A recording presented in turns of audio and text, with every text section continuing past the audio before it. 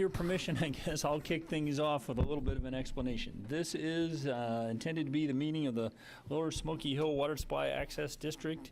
As you know, you have your own board of directors, city commissioners are members, and then we have some irrigators that are members as well.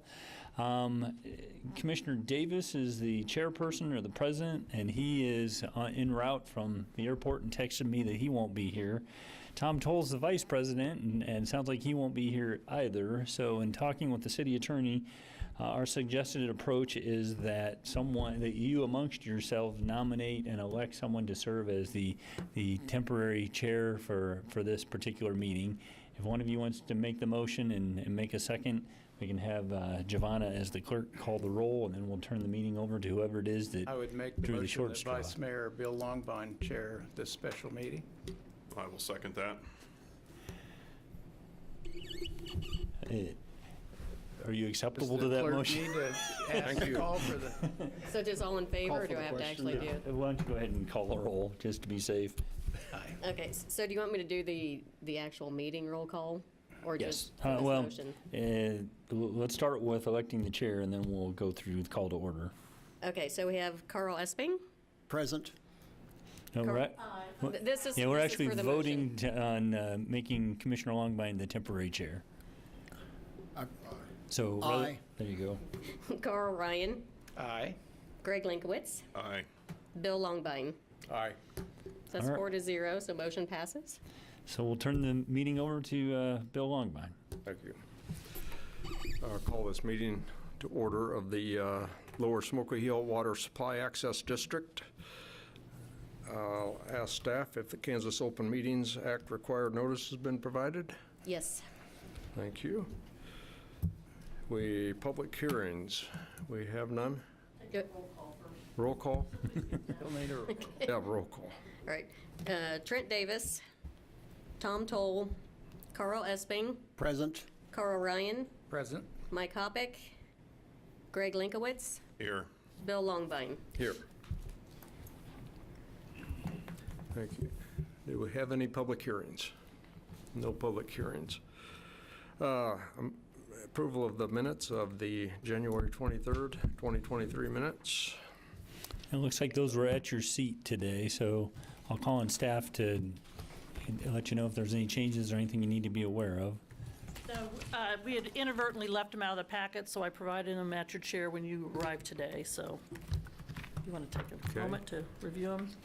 Do There we weren't any have any? changes. Yeah, they're pretty short and sweet. There was approval of the minutes previously and discussion of the meeting date. So do we have any amendments or changes to the minutes? There intend a motion to approve the minutes of the January 23rd, 2023 meeting. So moved. Second. Moved in second. All in favor say aye. Aye.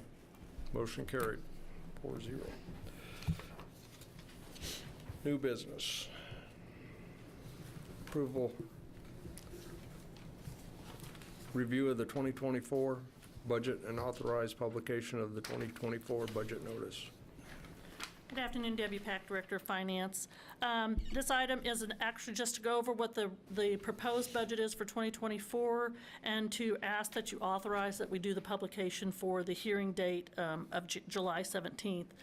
As you can see with what was provided in the packet, the 2024 budget total expenditures is $121,644, or revenue is $121,644, as compared to the 2023 budget of $146,065. Expenditures also the same as $121,644. Compared to the $146,065 in 2023. We do provide the 2025 budget because the Access District actually assesses their fees a year in advance, so we provide that 2025 proposed budget. I will note that all of the numbers that we provide for O&M and the A&E share for the district come from the Kansas Water Office. So those are numbers that are provided to us from the Kansas Water Office.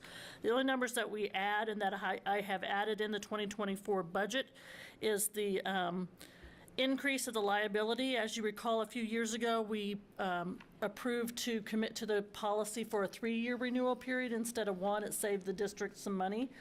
So that renewal will be coming up in 2024, so I've added that amount in there for that $2,600 for that insurance policy that we're expecting to come in 2024. And then you won't see it again in 2025. So if you have any questions, Martha's here. She can answer the more detailed questions about the numbers themselves, and I can answer generally about the process of the budget itself. So, Any questions from commissioners? None. I'm not a commissioner, but Debbie, did I hear you say 121,604? Maybe I'm misreading. 644. Sorry. I'm seeing 106,078. 146,065 was 2023, and 121,644 was 2024. So a reduction of about $25,000.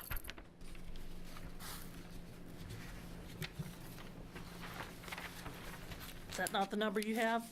Did I pull the wrong sheet? Oh, well, let me see. Maybe I pulled out the wrong sheet here. Because we got Oh, 106. yeah, sorry. Shouldn't have printed that bigger for my own benefit. Yes, you are correct. I don't know where I got that. The 2024, sorry, is 106,078 compared to 146,065 of 2023. And there again, the insurance is still in there. That doesn't change. Sorry for that confusion. That's what I get for printing it.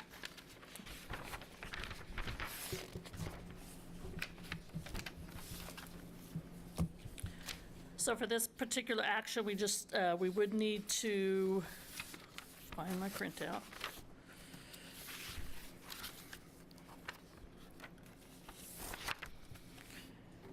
Authorize staff to publish the public hearing date, which we set at the last meeting, we set that meeting for July 17th, 2023.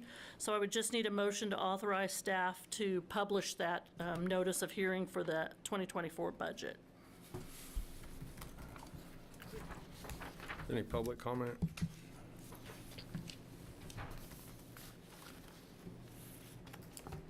Do I hear a motion to authorize publication of the hearing date of July 27th, 2023? So moved. Yeah. It's been moved and seconded to authorize publication of the hearing date, July 27th, 2023. All in favor, say aye. Aye. Aye. Sorry, just Motion correct, carried. July 17th was that date, July 17th? July 17th. I knew I had a 7 in there.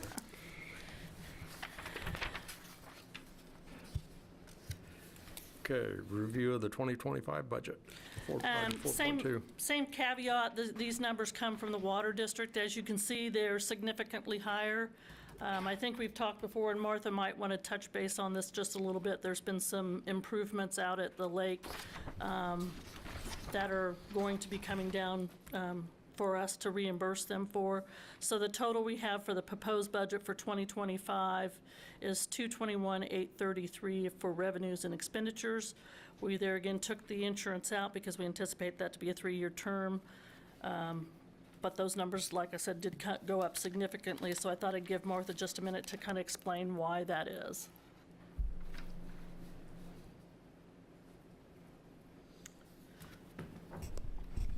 The Corps has been doing work on the dam with riprap. In fact, they finished that job in March and are hoping to fill the reservoir back up. I don't know, maybe good news, bad news, but if you look at 24, 25, and 26, the numbers have changed in there, but overall, the city's share drops about $9,000 for the next 3 years, opposed to what they projected last year. And for the irrigators, it's roughly $4,000. So if I look at the 3 years, they came down a little bit, but I think what we can say is these numbers change. Probably some of Debbie's issue was we didn't get numbers from the Kansas Water Office till Thursday morning. So I was changing numbers on her at noon on Thursday. So That might have gave her a little issue of trying to get all the right paper together, so. But they are doing work out there, and they project work over the next several years of what they do, but it seems like it's still a moving target on the actual dollars we get, but overall, 3 years, not a lot of difference, slightly less, but the big job was the dam and the riprap that they've just finished. So we'll get So this. they had intentionally lowered the level? They intentionally lowered the level to, let me get my numbers straight. They wanted to be about 3 feet less than conservation, so that'd be 1460. And they were able to do the work with only lowering it a couple of feet, so they dropped down to around a little below 1461. And since the last time we talked in January, we've gained a whopping 0.2 feet. So we're not gaining water level in the lake very much right at the moment. We're waiting for that heavy rain we get in April or May, and it hasn't happened yet. Maybe this week later, they're talking about some rain. We know that Canopolis Lake can, get out of a drought condition into a flood condition in just one large rain event, but to date, we haven't had that, so. It's still low. They normally would like to operate, have it going into summer to be at 1467.5, about 4.5 feet higher than what they call the conservation pool. So we've got some ground to gain to be ready for summer, and the stream flows are somewhat down too. We may get to see our access district in play later this year if there isn't a change in the drought conditions, but that's what we put it in play for, was for these kind of times, so we may officially get to use it. So did that hit your question? I might have told you more than you wanted, but Yeah, I wanted I've just heard that the lake is really low, it is really low. and To be accurate, it's 1461.18 feet, to be on the right number for today. very good. There's no action to be taken here, is it? Okay. Mr. Chairman, Yes. just a quick comment concerning what Martha's comments were. I keep track of, I live down below the dam about 12, 14 miles, and they have the ability to use the comment that Dan said, to drain the lake if they have to. Now, there's different levels. The access district owns this level. And then there's conservation, and there's health of the river and all that kind of stuff. But they can lower it all the way down if they want to. But we don't want that. This is something just to understand. And there's a lot of people that watered last year that won't be able to this year. And as Martha just mentioned, then we can call for water and that it will be released. Even though the lake is below conservation level, they still will release it upon demand. If I didn't confuse you too much there, because we do own that portion. And Dan said they could empty the lake if they have to, but they can't, for obvious reasons. And another thing on the budget, Martha's right that the actual budget for the next 3 years is a lowering of the cost. But we pay 2 years in advance, and we have a 50% increase in that 1 year. It's going to be a little bit interesting to see how our producers respond to that remark. And I'm the person that does the assessment, so I'm kind of going, what do I do now? But we've been there before, and as long as we can explain it, that it's all going to be okay in the scheme of things. But just thoughts. Yeah. Thank you. Very good, thank you. Go to item 4.3, discussion of next meeting, July 17th, 2023. As I mentioned, you all did vote on that date last month, or in January when we met. At that meeting, we will hold the public hearing for the 2024 budget. We'll ask you also to approve that budget, and we will also have election of officers. I just wanted to give you that information so you kind of knew. And that's typically, and then we'll have another meeting in the fourth quarter sometime of the year. So that's typically the schedule for the district in general. So there's no action needed because we've already set that date. Okay, thank you. And item 5, unfinished or other business. That is interesting. Your producers and irrigators, they do buy shares of water, just like the That's city, correct. Yeah, We're part of part of the access district yeah. in cooperation with the city. So, well, we hope it rains. Well, we do. We approach this whole idea, what has been several years now, 10, 12 years, whatever, but we look at it as an insurance policy, Right. something you don't ever want to use, but you Right. don't mind paying a little. But we've only had to draw once, and if it doesn't rain, we will be drawing this year pretty quick. But Right. Yeah. Okay, item number 6, move to adjourn. Motion. Move we adjourn? Second. Motion made, seconded to adjourn. All in favor, say aye. Aye. aye. Meeting adjourned.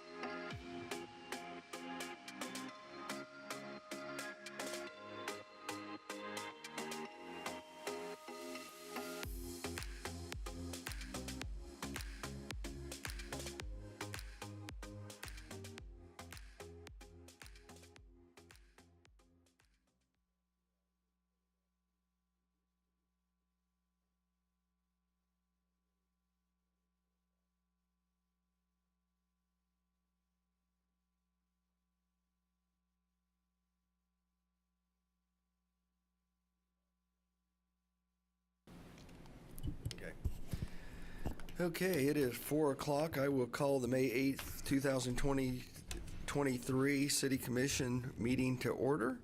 I would first ask staff for confirmation that the Kansas Open Meeting Act required notice has been properly provided. Yes. Thank you. With that, can we have roll call? Mayor Hoppick, Here? Commissioner Davis, Here. Commissioner Linkowitz, Here. Commissioner Longbine, Here. Commissioner Ryan. Here. Thank you. Will those who are able please stand for a pledge of allegiance and a moment of silence?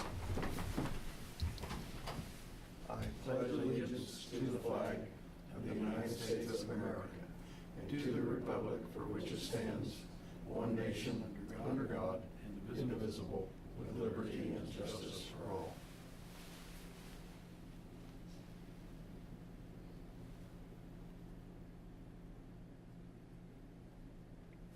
Thank you.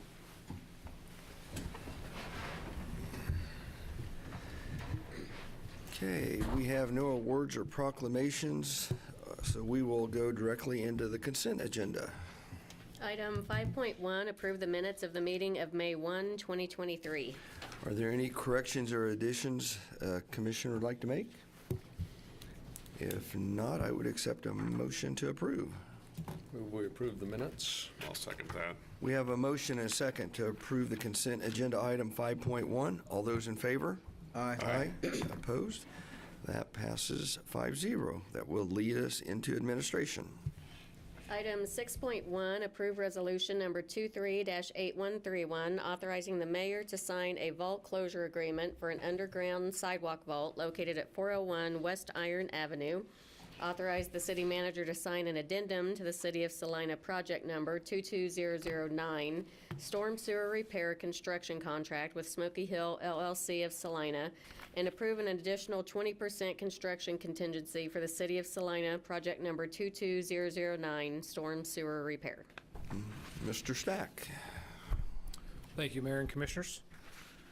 This is a, say it's a surprise, but yeah, we found another vault. We had quite a few of these on the downtown project. We knew they were there and got a lot of them filled in or shored up, and some of them we couldn't fill in based on what was actually in them, but the majority of them we filled in on the downtown project. There was quite a few of them. Smoky Hill did that for us on that project. So when we were doing some curb repair in this area, we found another one. So it was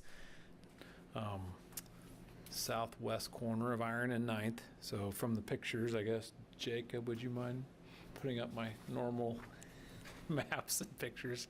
I always feel like I talk better with my pictures.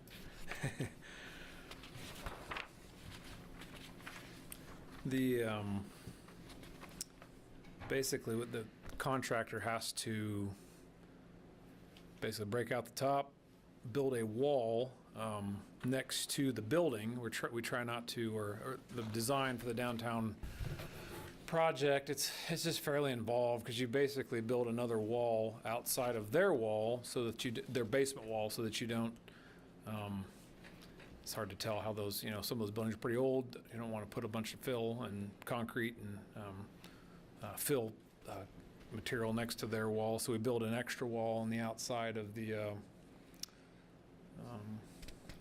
That's a good picture of where it is.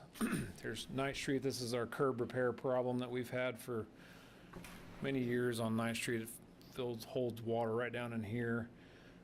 Keep going. Next one, Jacob. Yeah, there's the picture of the vault. So it's just a old. It's like an old concrete room. The ceiling of the vault here and these pictures shows it's pretty rusted out, and there's a lot of exposed rebar, so we feel like it's the right thing to do. They're not using it for anything at this point. They were fine with filling it in. So yeah, you can kind of see it. I don't know if they're best pictures, but you can kind of see in that one, there's quite a bit of exposed rebar on the roof. So it's just, we tried to limit, I guess, our exposure on if it, some long-term exposure of having these old vaults out there. So we're trying to minimize them and eliminate them. So this was a surprise. Smoky Hill said, yeah, they'd fix it. Not what they were planning on doing, and have to mobilize a crew for it. So it's not cheap, but it is something we feel needs to be done. The other thing this change order does is, when in the process of removing removing the pavement out on Lincoln and Reynolds, we found curb is really solid, but it's old. So it's just really weird. The top, you can just see this just flaked off. So you couldn't really see that when we were looking at it originally. A lot of the curb out there is in really good shape. The inlets are holding up just fine. We're doing storm sewer repairs, but when we actually removed some of the pavement, it just seemed like there was just that area of the curb was just flaked off. So it's like curb's still solid, it could work, but it's not going to look good with a brand new piece of pavement out there. So we felt like we need to add quite a bit of curb to that intersection. So that was another thing that this helps us to cover. We haven't spent all the contingency thus far, but we felt like if we could get a little more, that would help us. If any, we haven't even got into 9th and Iron yet, so we feel like if there's any other unforeseen stuff, that we'd have to have a little extra for that. So it seems like the vault is going to cost us anywhere from $22,000 to $25,000 to fill in, and then we are asking for another $5,000 approximately in curb repair money or whatever unforeseens that we might run into. So I will stand for questions. None. Any questions from the commission?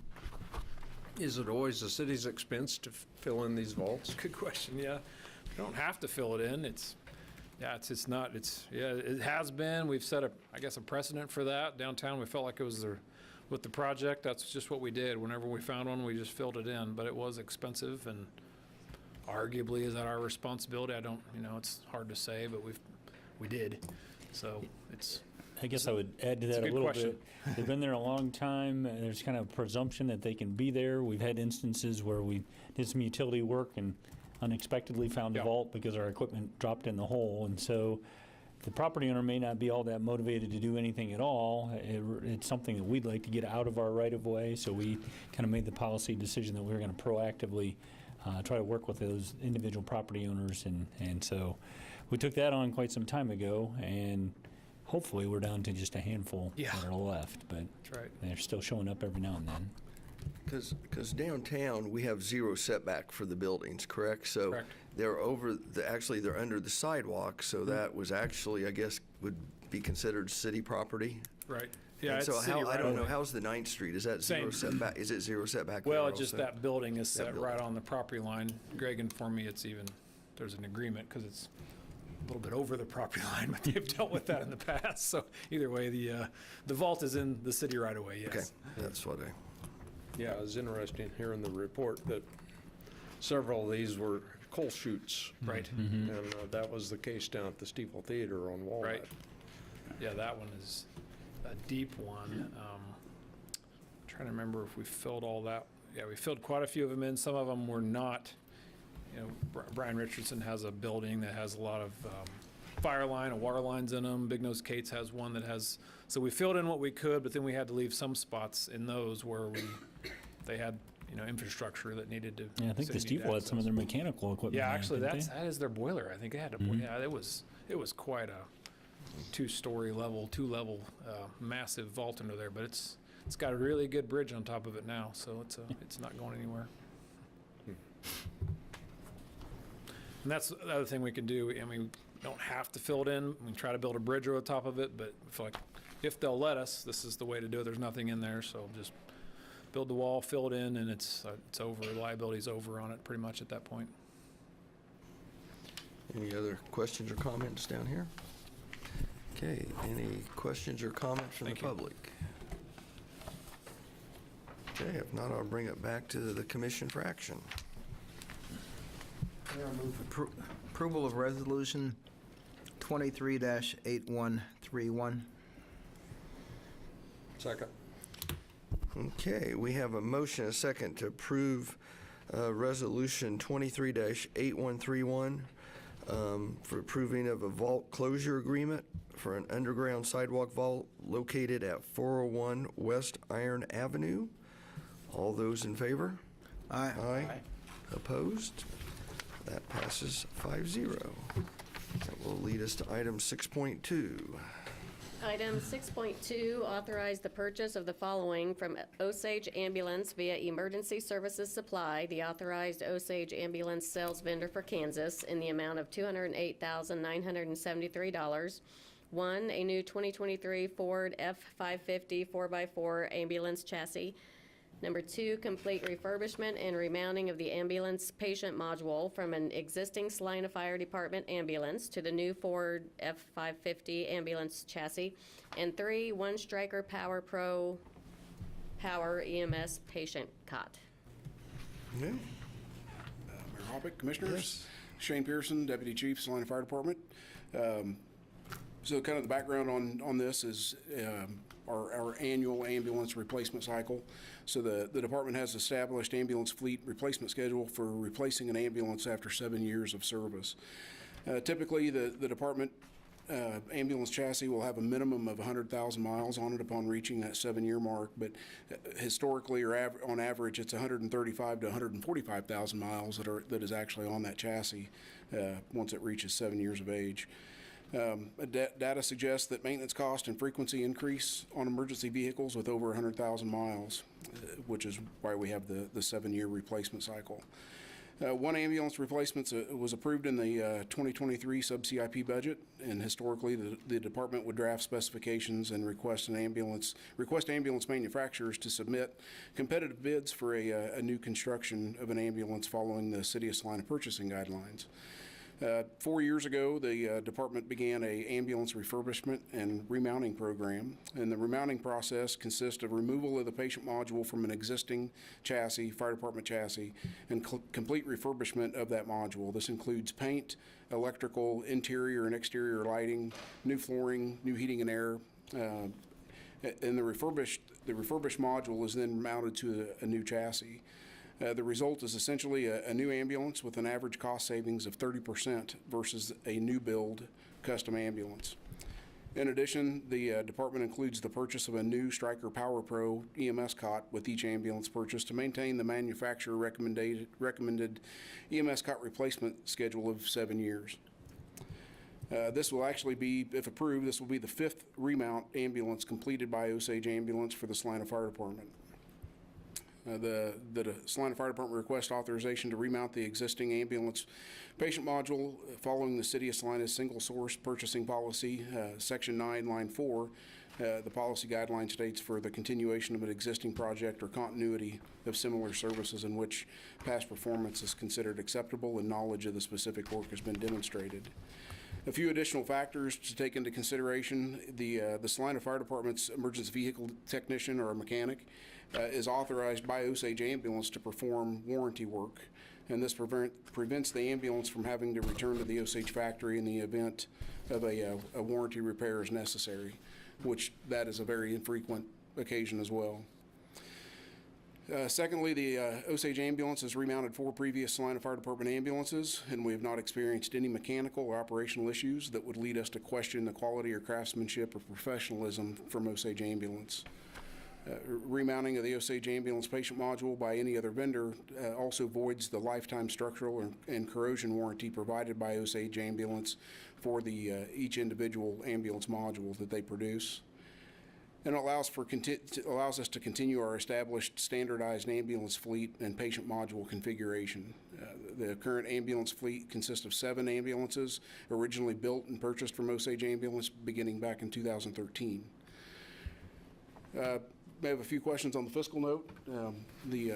Debbie Pack, the Director of Finance, is here to answer those. I'll read through it real quick. The fiscal note, there were $210,000 was approved in the 2023 sub-CIP budget for the ambulance purchase.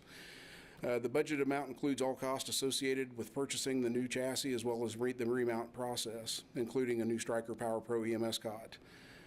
The quote to remount the ambulance module is $208,973 compared to the Fire Department's 2022 ambulance remount of $195,000. This is a cost increase of just under 7% over the 2022 remount. Pursuant to an interlocal agreement with Salina County, the city invoices the county each year for the cost of the ambulance upon its delivery. Finance staff did not send the invoice to the county for the cost of the ambulance that was actually purchased in 2022 until 2023. Because of the delay, the invoice to the county, the payment to the city was taken from the county's 2023 budget, which leaves $15,000 in their 2023 budget for reimbursement of the 2023 ambulance. Staff has spoken with the county about the issue, and they indicated that the city could request the reimbursement of the 2023 and 2024 ambulance in the 2024 budget. The result of this action will be that the city will pay for the ambulance in 2023 and not be reimbursed until 2024.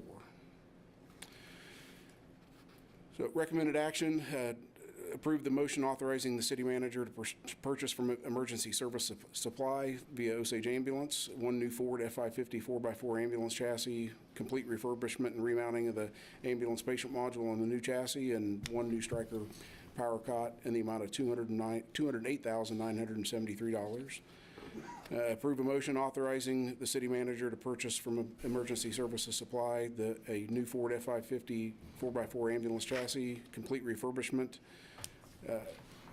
of the patient module, the Stryker Power Pro EMS cot, in the amount of $208,973 with amendments as the City Commission deems appropriate.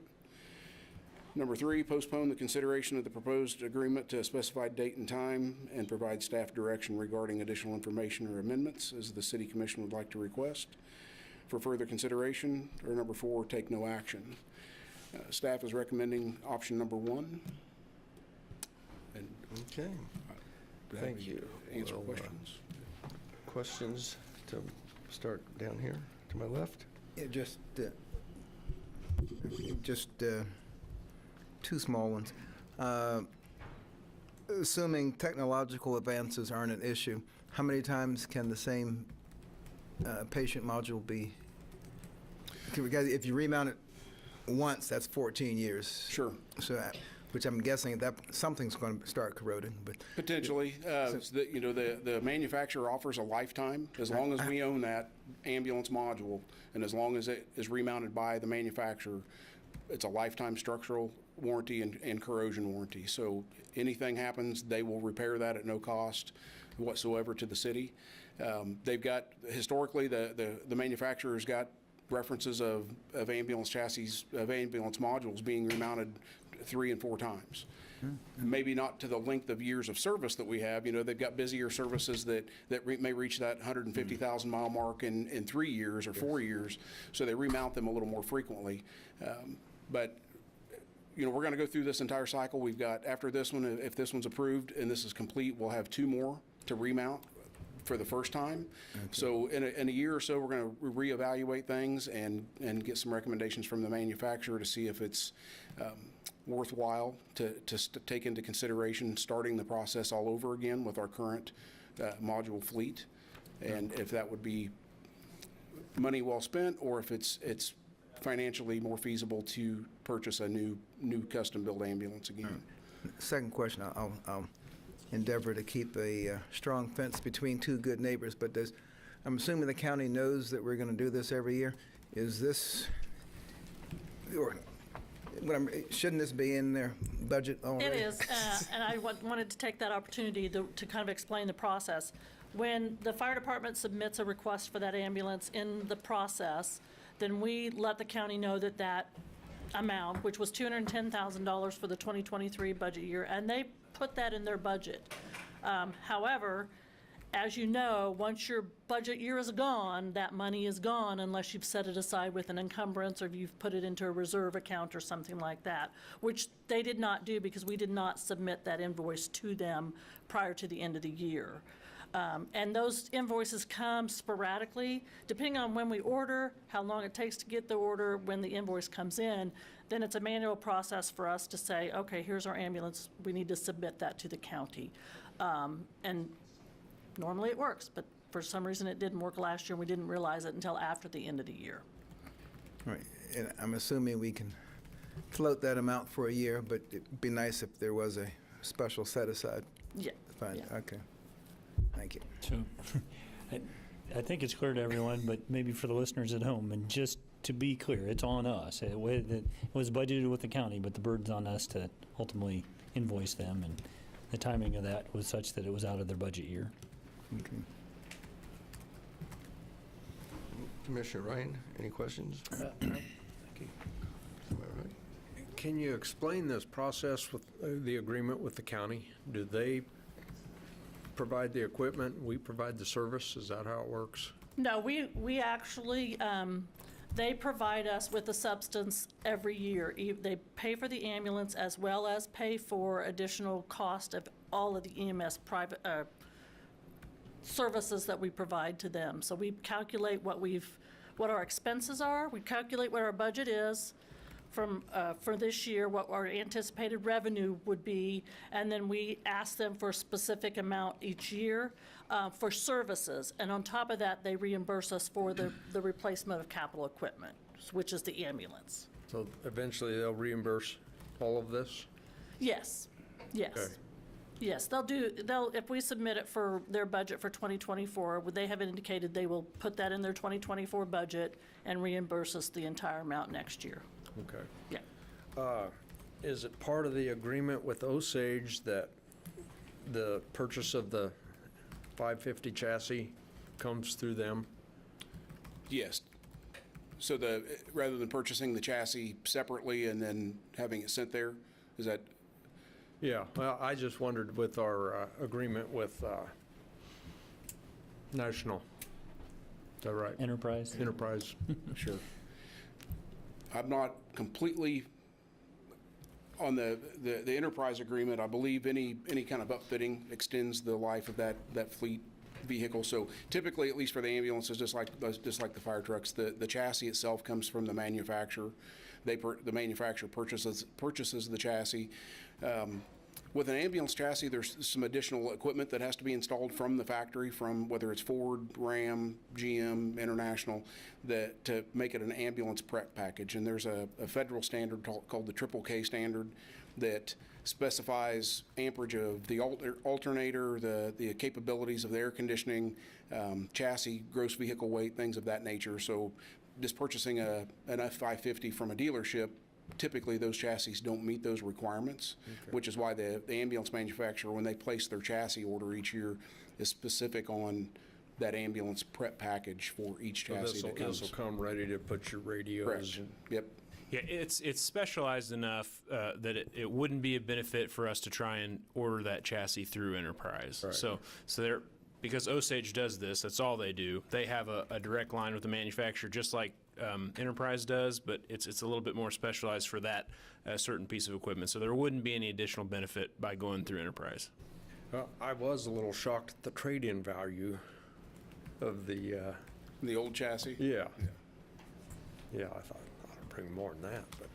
But how long will the unit be out of service? Their average turnaround time is around 90 days. So sometimes they go over that a little bit. Occasionally they may come in under. But typically we look at that 3-month mark is what the expectation is. Okay, so you'll take the unit over there. Correct. They'll pull the box off. The patient module comes off. Correct. Rebuild it and then mount it on a brand new truck. Yep. Okay. It's a pretty impressive process. Yeah. We've been able to go to the factory and actually watch them do it, and it's just short of building a new ambulance almost. Okay. The fact that our mechanic is certified to do Osage's warranty work is notable too. That's helpful in terms It's very helpful. They actually, if there's any warranty, there's been a handful of small claims, warranty claims that the ambulance manufacturer reimburses the city for any hours spent by our department vehicle technician. Reimburses for the labor and Correct. parts, huh? Good. They ship the parts over and then reimburse for the labor, I believe is how that agreement is worked out. Okay, good. All right, thank you. Be sure. No questions. How long have we been doing this? The remount process? Remount So process, so this will be the 5th, so 5 years. So we started 4 years. So we had a complete fleet, seven total ambulances, all built by Osage, that are all identical. And we wrestled back and forth whether this was the right way to go, and decided to take a chance 4 years ago and go that route. And it's been very successful for us. We've been very, very pleased Yeah, with it seems to be working. I just couldn't remember how long we've been doing it. I know we've done this several times. I just couldn't remember how many years. So thank you. Okay, any questions or comments from the public? Okay, if not, I'll bring it back to the commission for action.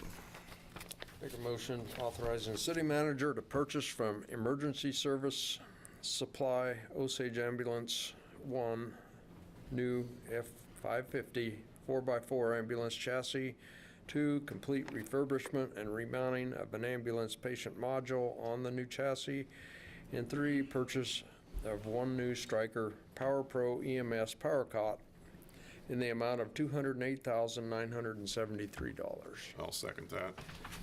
We have a motion and a second authorizing the city manager to purchase from Emergency Services Supply Osage Ambulance a new Ford F-550 4x4 ambulance chassis, complete refurbishment and remounting of the ambulance patient modular on the new chassis, and purchase of 1 new Stryker Power Pro EMS power cot in the amount of $208,973.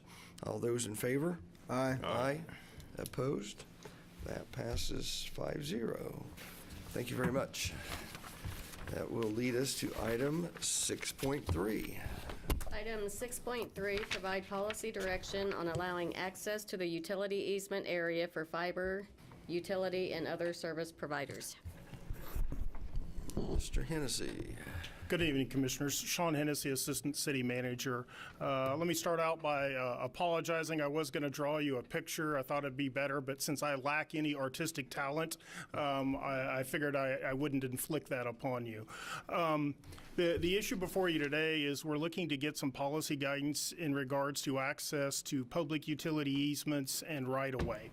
I'd like to give you a little bit of background on this. You've got some more detailed information in your blue sheet, but for those watching and others, if you imagine a square parcel where a home is located, the public utility access easement is typically located to the rear of the home or to the side, and then the right-of-way is located to the front of the home. There may be some bizarre exceptions, but that's in the vast majority of cases of homes throughout the city of Salina. What has historically happened is at various times these two terms have been used interchangeably, but they're not actually completely interchangeably. The legislature has really restricted what the city can do in terms of the right-of-way. The city does maintain the ability to control and use some of its police powers in the right-of-way, but we cannot accept anybody or exclude anybody from the right-of-way. The utility access easement, the city retains greater authority. However, the city has voluntarily allowed utilities in the past to access the public utility easement in the rear. And this issue really came up when we started looking at some of the different fiber providers that are coming to the city of Salina. As you know, Clearwave has started to put fiber really throughout the city, and Nex-Tech came to us and was interested in also installing fiber in large portions of the city. So the reason why this issue really came to a head was because Nex-Tech has, as I indicated, the city has voluntarily allowed access to the public utility easement, especially historically who's been using that has been franchisees or those that have a franchise agreement. Nex-Tech has a franchise agreement with the city of Salina. This is because they meet the definition of where they would be subject to a franchise fee. Historically, we've granted access to all those, and it was voluntarily on the city's part to access that rear utility easement access. Now that there's new companies that are coming, and the legislature has really truncated what the city can do in regards to just data and access to the right-of-way. When Nex-Tech came to the city and said, we'd like to install fiber in the city, that would not be subject to the franchise fee, even though they were already paying the franchise fee for some of their other services. However, they would like to access the homes through that utility access easement. The way the city, when we were looking at Clearwave, was we had been granting them access through the right-of-way. It didn't make sense to allow Nex-Tech to have access to the utility access easement for their services that are under the franchise fee, but then when they want to broaden their services which are not under the franchise fee, to not allow them into the utility access easement area and to only allow them through the right-of-way. So what we're coming to you with is a recommendation to allow these fiber providers to access either the right-of-way or the utility access easements for the installation of fiber. I think that there will be some benefits to both the city as well as the residents of the city of Salina. Potentially, it could involve the laying of less fiber.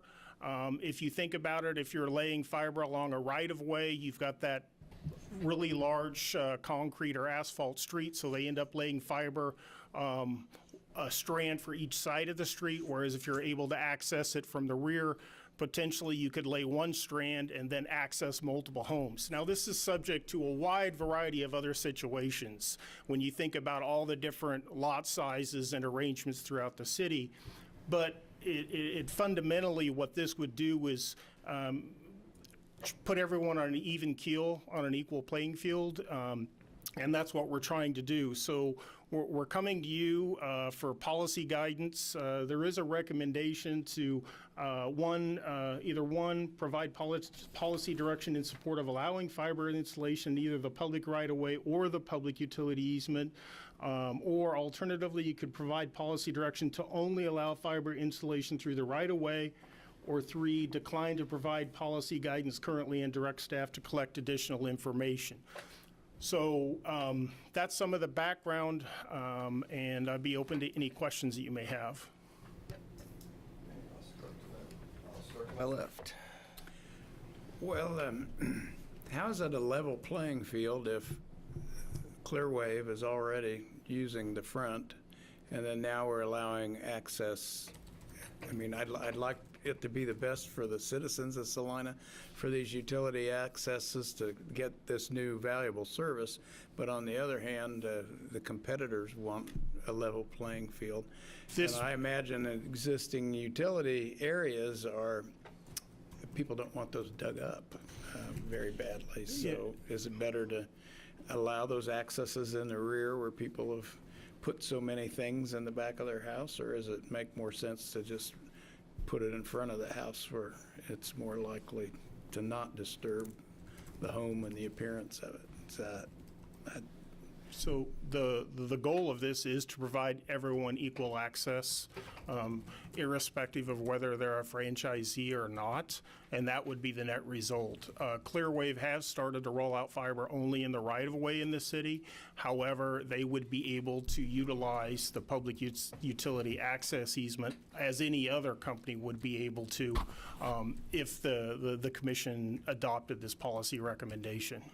So I guess I'm asking myself, do I want my front yard chewed up 5 or 6 times, or do I want my backyard chewed up 5 or 6 times? Could I piggyback a question? Is the fiber above ground when it comes in from the back, or does it have to go underground as well? It varies. I mean, again, this is where there's different approaches for how to install this. Sometimes they use an aerial approach. Oftentimes they use an underground approach. This is basically just the way that they get access, because in the end, even if they're using it through the aerial lines, they will use the easement to get it there, but they'll still end up having to get it to the home. So this would allow any company basically to access the public utility easement or the right-of-way to install that fiber. They'd still be subject to, however, liability for any lines cut or any damages. This could also potentially reduce the number of locates if we were able to lessen the amount of fiber that had to be installed. As I alluded to before, if they went through the alleyway, it potentially could lessen some of the burden on the locates for us. And if I could back up, the concern about kind of Clearwave having already started and what their reaction might be prompted us to reach out to Clearwave, and they were receptive to the possibility of being able to use the utility easements. And they didn't see it as an unfair advantage at this point. In fact, Public Works Director Jim Toyd shared with me today that Clearwave has 28 zones in the community that they've broken the community installation into, and they've completed 2. So they've got quite a bit of work ahead of them, so they'd have an opportunity to take advantage of the utility easements. I can't say for sure, but I think a lot of this would be directionally bored, so attempting to avoid open trench cutting. We've also been told that Evergy is working in cooperation with some other providers to install conduit that they can run their lines in new subdivision installations, as well as have others in that conduit with them. But it's evolving in terms of what we think of as a utility that used to be, water, sewer, gas. It's now phone, cable, fiber, and then there's all sorts of changing regulations at the state and federal level that's caused this to move around on us a little bit. But with Nex-Tech starting as a phone exchange and being granted by us access to the utility easements, they're in that area already and now want to extend that to fiber, which caused us to have to go back and rethink this a little bit. Is there any mechanism to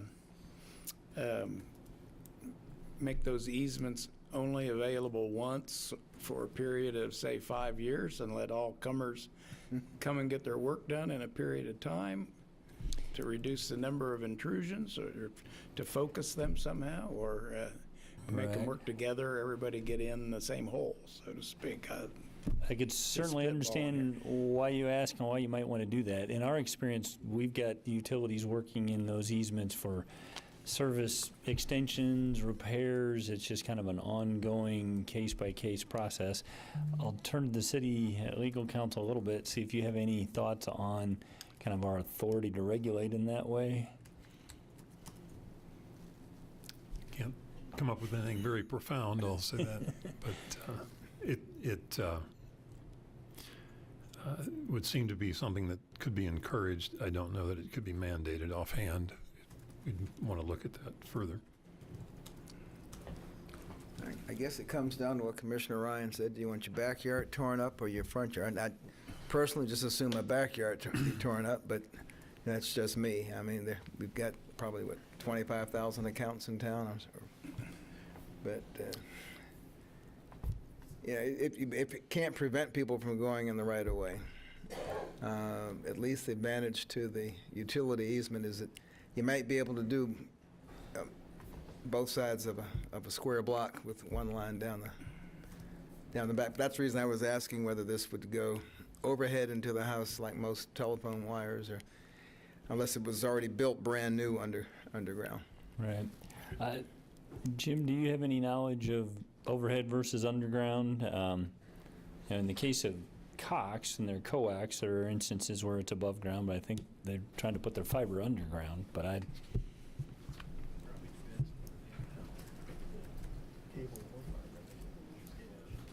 I'm sorry, Jim Teutsch, Director of Public Works. I didn't hear the question. I was speaking with the Director of Finance at that moment. I apologize. Is most of fiber above ground or underground? And just as a B part of that question, if it's underground, how far up to the house would the provider be trenching this if it's underground? So all of the fiber that I'm aware of that Clearwave has installed has been below ground. If they were allowed in the easement, I could see the possibility where aerial fiber becomes more of an option. They could very possibly do as the city manager mentioned, sometimes the utilities will partner, and it could be possible where they would, for instance, get an agreement with Evergy to attach to their poles and bring the fiber in that way. At the point that it would leave the easement, I would suspect, I don't know this, I would suspect that they would go underground, but I'm not positive on that. So for the Clearwater cable, if a customer chooses to connect, is that another trench now that goes all the way up through their front yard into wherever these wires enter their house? I believe the answer is yes. Okay. Yeah, if they were to choose to connect with that particular provider. Right. Who pays for that trench? The homeowner, the property owner? Or the service provider. I mean, you Well, I mean, pay yes. for it as part of your bill. It's for, yeah, Right. right, okay. So, wow, so that's an expensive install, okay. Okay, you gave me the answers I dreaded the most, but that's what I suspected, okay.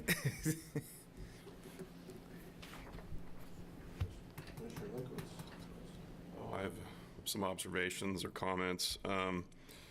Maybe I was tremendously unlucky in my years of owning various properties, investment, and some ones I live in, but what I learned the hard way a long time ago is both that utility easement and city right-of-way, I mean, yeah, we maintain it, and we water the grass on it, but it's kind of it's the worst of both deals.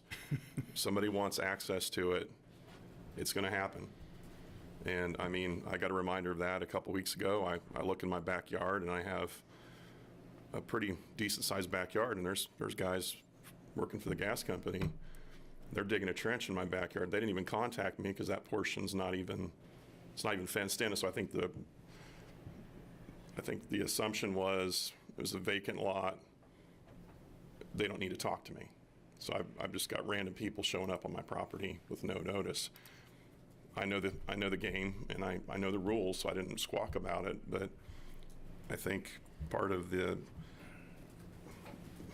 fiber optic is it's going to bring competition for internet service, and it's one that most of our citizens will appreciate, but it's going to come at a cost of some inconvenience and a little bit of mess, like most projects. So I guess I kind of feel like that's the way it is, and we really can't change it. I'd say that's a pretty fair assessment. And when you factor in the existing utilities that already have access and Nex-Tech's installation of fiber and Cox's use of the utility easements to provide high-speed internet, it's just kind of where we find ourselves. We would be hard-pressed, and not to say that we couldn't do it, but I think we'd be hard-pressed to parse, 80% of the providers can be in that utility easement, but certain ones in certain circumstances couldn't. That gets a little impractical.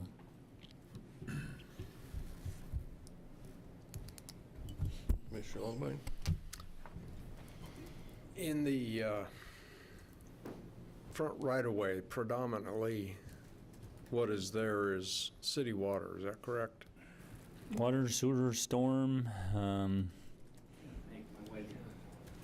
beginning to be fiber.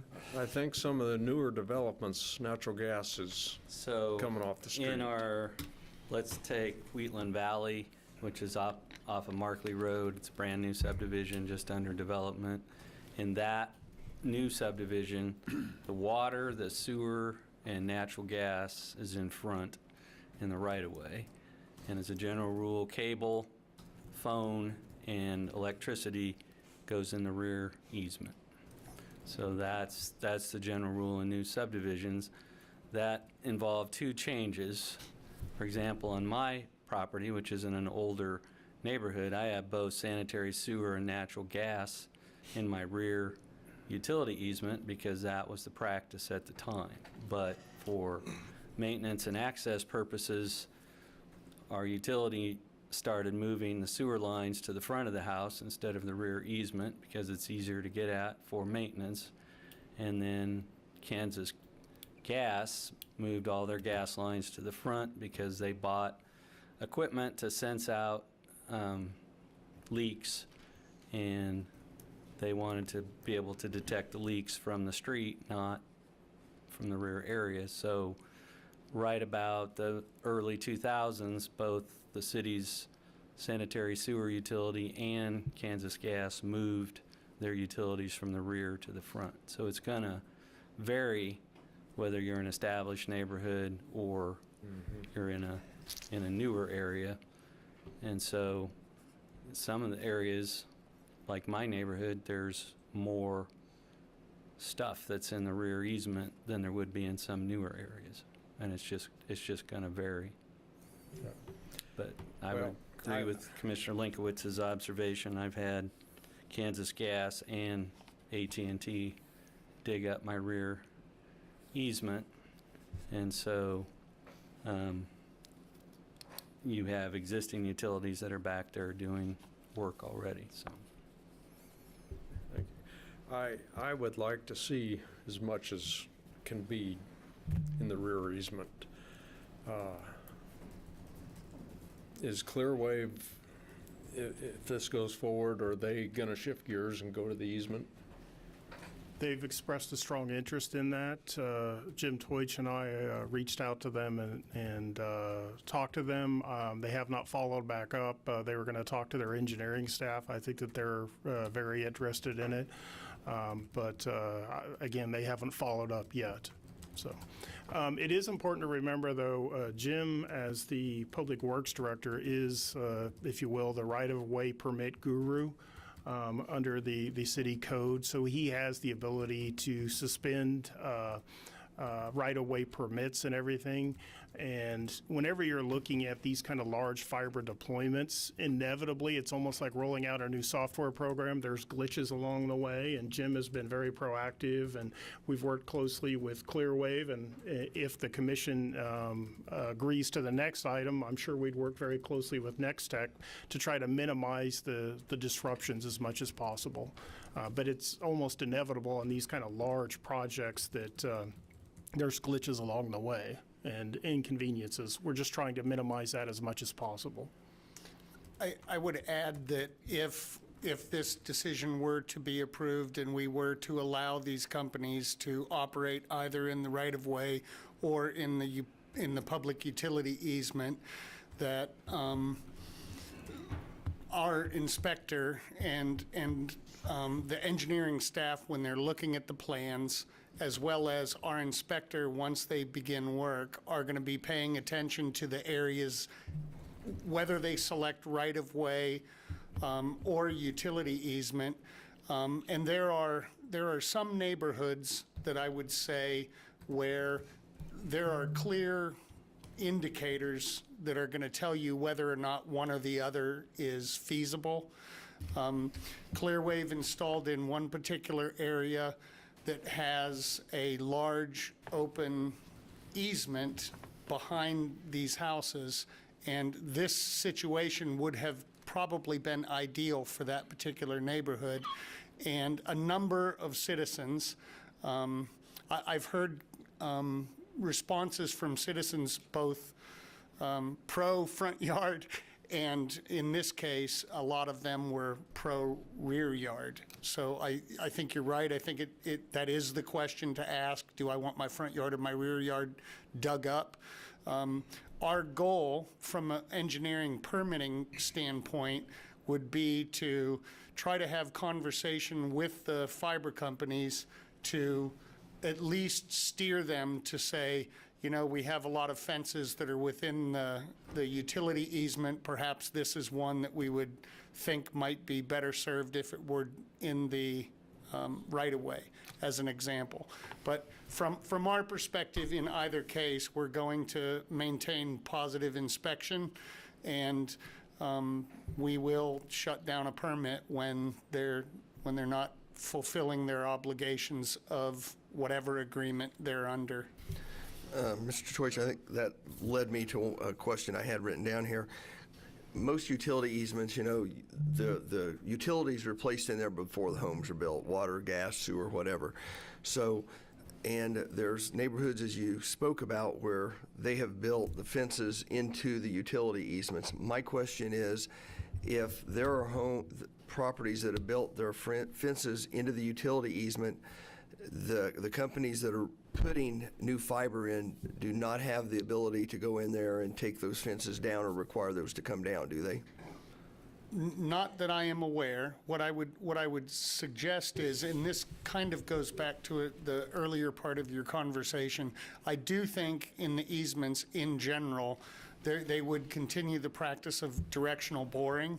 So in all likelihood, they're going to directionally bore underneath that fence. Because I would probably would not, that in and of itself would probably not restrict them. Because I would want to know that before I allow the easements, because I understand if you build over and it's gas sewer, something that's already there that, they have to get in there to work on it, so be it. But for somebody to new come in and to bore and to maybe require fences to be removed or something, I'd run into a little bit of problem on that, even though it is a utility easement. I don't know that I could offer any more. So in Clearwave's case,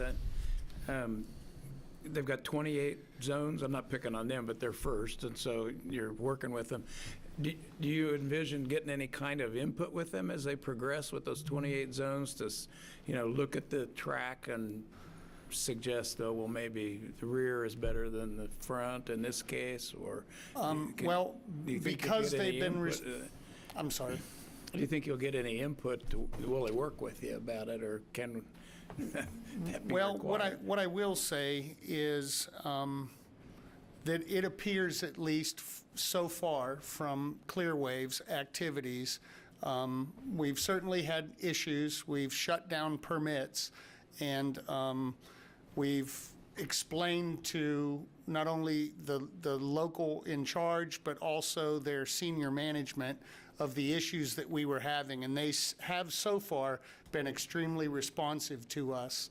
I think, I don't want to speak for Clearwave, but what Clearwave has indicated to us in the past and what they show on their website for Salina, they always come back to, Jim, we are here. We plan to stay here. We want to be a service provider to the citizens of Salina. And so far, they've demonstrated a willingness to work with property owners to try to help negotiate whatever issues, whether that's the size of the box, the exact location of a box, or something like that. So I can only speak from what's been done so far, but so far they've been very responsive to us when we have that. And yes, I would envision that we, when they submit a permit, they submit for an FDA, a fiber deployment area, they submit a set of plans that shows the neighborhoods. We can look, our engineering department can look on property mapping, identify, what is in this location and whether or not we can identify any issues with that. And certainly if we can, and we do, then we would express that to whichever company it was that was putting that infrastructure either in the right-of-way or the utility easement, and do our best to try to influence their decision as we have done so far. Oh, but go ahead.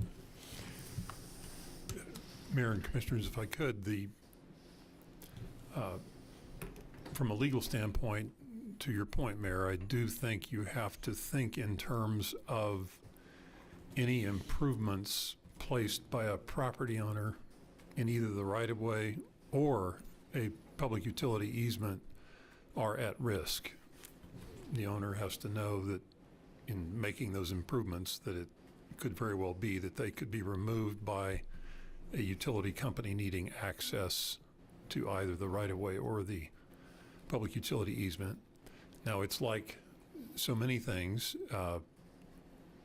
from a customer relationship standpoint. I think there is care paid attention to. Certainly, I know when the city has any projects, there is requirements of the contractor to achieve certain levels of restoration, that sort of thing. But to your point, I think, and I would imagine that Mr. Scragg might want to comment further, but I think you do have to assume that you start from the position that any improvements are at risk. Yeah. Because if they're boring, I don't know how far they can bore, but there'll be blocks that there may be a utility easement, but you don't have access to that utility easement because of fences. In our experience, they have to work around the fences or remove sections and work through them. And other providers have been gracious in terms of setting that aside or replacing it. But I wasn't sure I was going to be able to find it off the top of my head. But our code language provides that no building or structure nor any addition thereto shall be constructed within the required public easement unless expressly authorized by the Board of Commissioners, which is the city commissioners. But it does go on to say, a property owner may place buildings or structures not requiring a building permit and fences, trees, shrubs, and other non-structural improvements within a utility easement at his or her own risk, i.e. removal, relocation, or replacement without special authorization provided required permits have been obtained. So the code specifically gives you permission to make that installation in the easement, but you're doing so at your own risk. And so that's the current situation with all the utility providers that have access. And there are new installations, there are service repairs that impact some of those, and that would be the applicable provisions for fiber if we granted them access. In the older part of towns, there's no utility easements. I'm guessing there's a granted right-of-way when you look at like the original town and all those, because there's no utility easements granted. Those that have alleys, are they able to use the alley as a utility easement then when running fiber? That'd be a right-of-way, wouldn't it? Yeah, That's considered I'm right-of-way. looking- That's considered right-of-way. So, Yep. so they could use the alleys right now anyway because that's considered right-of-way. Okay. It sounds as though there's advantages in some situations to work in the front or the back. So is the question before us if we want to expressly limit either one of those? Because if not, it would seem as though the easy decision is whatever fits best for that neighborhood or property. I agree. Go with it. Yeah, Flexibility. currently, the easements a while back referred to public way, more often referred to public ways, and defined a public way to include a public right-of-way and public utility easements. More recently, as technology's changed and state statutes have changed, they've offered a lot more clarity about the definition of a right-of-way. And so some of our renewed easements expressly grant permission to be in the right-of-way and intentionally or unintentionally exclude the utility easements. In the case of fiber, those we have been handling those as a right-of-way permit, not a franchise agreement. And so if we do nothing, the interpretation would be that they only have they can get permission by way of the right-of-way agreement, and that would not extend to the utility easements. This question is your receptivity to allowing the possibility of the location in the utility easement, and then it would be at their discretion on a case-by-case basis which fits the neighborhood best. Having said all that, given how we have in practice administered the franchise agreements, allowed utilities in the utility easements, allowed Nex-Tech's phone fiber in the utility easements, practically speaking, the vast majority of all the utilities that we're talking about already are in or have access to the utility easements. We find ourselves in this odd circumstance that we now have fiber being rolled out that we could, if we chose, limit to the right-of-way, but it would be very different than our treatment of any other service. Yeah, I'd give them the choice. I mean, depending on the topography of that backyard, they may make the easy decision they don't want to go back there, or vice versa. But I imagine they had the same discussion 100 years ago when electric lines were being run. But, they're in now, and who knows what's going to be new 10 years from now. Well, I think people have long understood that utility easement in the back of the property has always been for utilities, and I think people have been a little shocked when these crews show up and start digging up their front yard. Because last year when AT&T came through, I have a terminal post in my backyard, back corner, and I have just been envisioning as this progresses, if we're on the street side in the front, I'm going to end up with 2 or 3 different boxes or whatever, terminal boxes.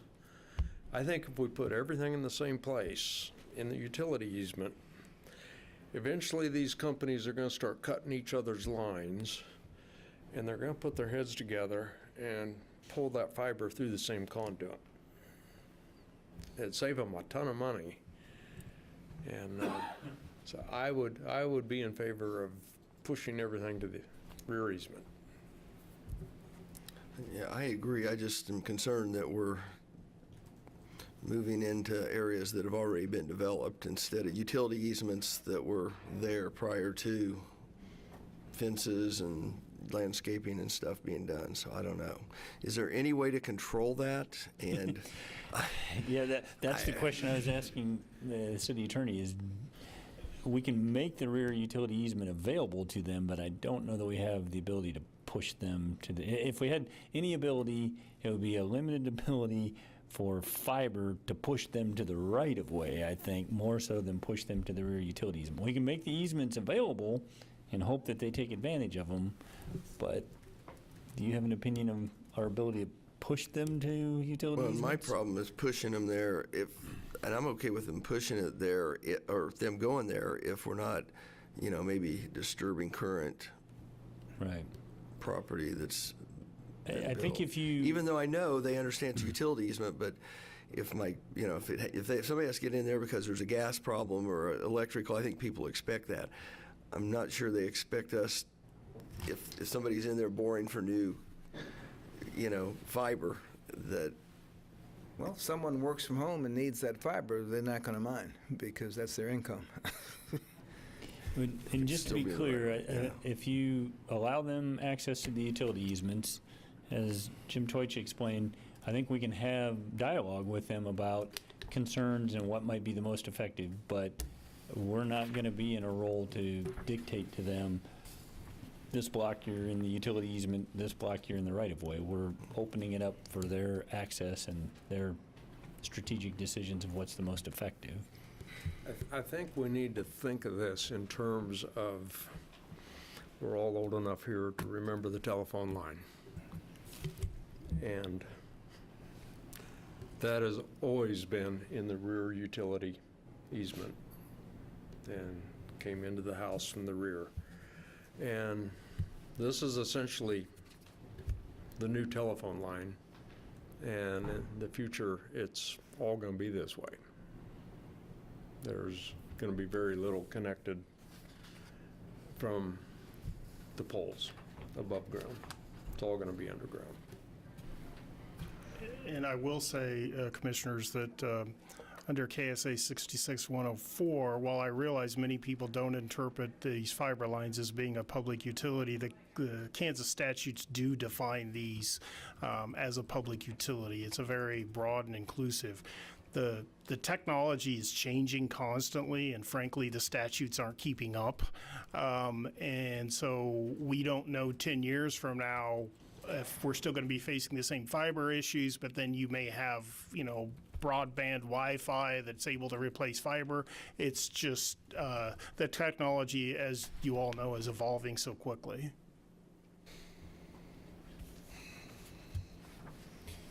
I think I would just add to that to say that even the Kansas legislature recognized this, and in the statute, they, including all such communications now in existence or as may be developed in the future, because I think they even recognize that fact. But just to be clear, that's the statute relating to telephone access to rights of way, correct? That is correct. So while they're that open-minded, they're talking about the right-of-way, and they haven't gone so far as to pick up the utility easement. I think, essentially, go ahead, sir. This is replacing the telephone data. And this is how the world communicates today. So in our agreement, if they cut sprinkler systems or things like that, the fiber company's required to pay for the repair of that, correct? Or not? Yes. If they're in the right of way. And please, anybody, if it's my understanding, any kind of damage or anything like that, they're obligated to basically replace it to be in the condition it was in before. Where you run into problems is when you have to dig a trench to put fiber in, people want the grass to automatically be there in the same way, and it can't be. But if they do any damages in there to other lines or anything else, there is an obligation to repair that. Well, in Clearwave's defense, I was visiting with a landscaper the other day, and he said they approached him about getting a load of sod because a lot of residents were not happy with how things were put back, and they were willing to purchase sod and lay down. I would also say that the Clearwave website indicates that you had asked this question once before. I answered abruptly yes, and then and city manager jumped in and said, well, maybe. But Clearwave has since sort of clarified that, at least to our citizens, and they have been repairing people's sprinkler systems if they are either have to be moved, removed, replaced, or if they're damaged. They have been making those repairs, in addition to providing sod where it's necessary. Well, But AT&T hit the one of important my, question is whether they're doing that at their option or whether that's they're what I was- required. That's what I was concerned about as well. AT&T hit one of my lines last year, and it was after the fact, but I fixed it. I think it's worth mentioning that these are all private companies that want customers. And I think they, understand that if your first impression is they're going to tromp through your daisies, not so great. And I imagine they're going to try and make amends for any damage. And bottom line is, I think the consumer is going to benefit from this. And it's not going to be a fun process, but I think this scenario could play out a lot worse if said products involved some kind of piping. Instead, we're talking a minute little, fiber optic cable, which isn't going to require as much, disturbing of the ground and as much boring, et cetera. But maybe I'm being overly optimistic about the disruption, but I do understand that I think this is the future. It's coming, and we just have to figure out how we're going to accept it. Do we have any idea what the maximum length they can bore without?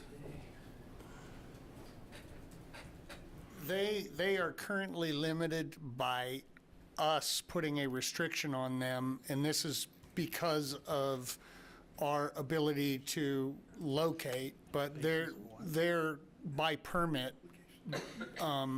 Each permit is up to 6,400 feet. But And I think his question is access holes. How far can they go between needing Access. I don't know the answer to that question. right?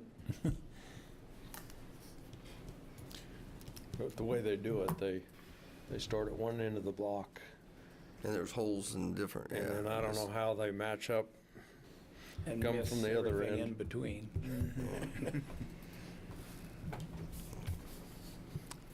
Okay, any questions or comments from the public?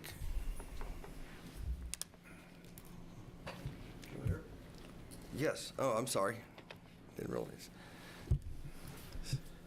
Hello, my name is Mike Pollock. I'm the Chief Operating Officer for Nex-Tech, and I'm excited to be here, to talk about our project and talk about these issues. This has been great discussion. Nex-Tech, we're cooperative, and we've been providing service since 1951. Started putting transport fiber in the 1980s, and have been doing residential fiber to the premise since the mid-1990s. So we've got a lot of experience in doing this. And so there's a couple questions I just want to address that you had today on how Nex-Tech does it, the Nex-Tech way, that might help set you at ease on some of these questions. The first one is buried or aerial, and for Nex-Tech, for this project, our goal is to bury the fiber in Salina, and there's two reasons for that. There's critters that live in Kansas called squirrels, and they like to sharpen their teeth on cable. And so that's one of the reasons we bury. And also there's things that happen in Kansas called thunderstorms. And when a thunderstorm comes through and it tears down a lot of aerial fiber, it's very disruptive to the customers. And so from our perspective, maintenance long-term, even though it is disruptive when you first put it in, the maintenance long-term is much better with the buried fiber than the aerial fiber, and the longevity as well. As far as the digging up and the boring, I want to mention that typically when we go into a neighborhood through the public right-of-way or the utility easements, we will bore in, and our depth for this project is going to be 36 inches on what we call the main line. So consider that like the main artery that's going in through the neighborhood. And then we'll come up out of the ground at engineered distances, usually it's within a block, to bring the fiber up into what's called either a cabinet that looks kind of like this, where the electronics are located, or a pedestal that's a little bit smaller, a little square. You've probably seen those green pedestals in your backyard. And that's where we will splice the fiber up that goes to the service line to the house.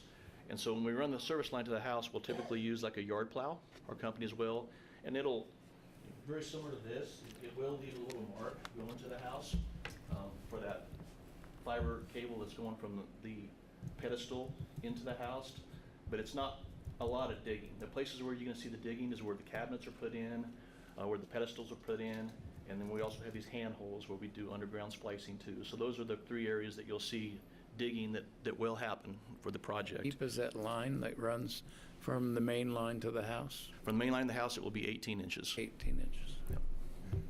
And there was the question about repairs. If we, if our contractors damage something, then yes, we're responsible for fixing that. The only exception is if we have another company that is putting a sprinkler line in and they tell us this is where the line is and it's not where it's at, then that company that put the sprinkler line in, typically we'll work with them to try to get them to repair that damage. So we have situations where we'll have to work with another company to try to get that taken care of. The service line cost, that's typically included with the service. So when the customer signs up, we don't typically charge them to put that line to their house, especially within the city limits. That's amortized over the life of the project. And regarding damages, one of the commissioners made a point where, yeah, we do want to keep our customers happy. I mean, we want to consider ourselves a local provider. We made a big investment in Salina starting back in 2016 when we got the franchise agreement approved. And the reason we did that was because we were selling phone systems and other technology to businesses here in town. And every time it rained, their phone systems would quit working. It's because the copper that was in such bad shape that they weren't able to use their phone. And so we said, we've got to get some fiber here to Salina to serve the businesses. So that's where we've been starting and been serving since 2016. I think actually our agreement with Nex-Tech is on our next item, 6.4. This is 6.3, which we're dealing with with the agreement on the right-of-ways and stuff. My question, I guess, since you're standing there, is how would you handle the boring if it's a block long and you have fences over that whole area? How do you get to your box that's in the middle of the block? We're typically gonna, if there's a fence in the right of way, we'll try to go under it. If we have to take the fence down to work around it, we'll put it back up again. And we're not gonna go through and tear up somebody's fence and make them mad, and then they're gonna tell all their neighbors, and that's not a good way to do business. And I believe that of Nex-Tech, but we may have 3 or 4 other companies before we're all done doing it. So Yes, sir. Okay. Understand. Okay. Let me ask you this. Are you in favor of the right-of-way or the easement?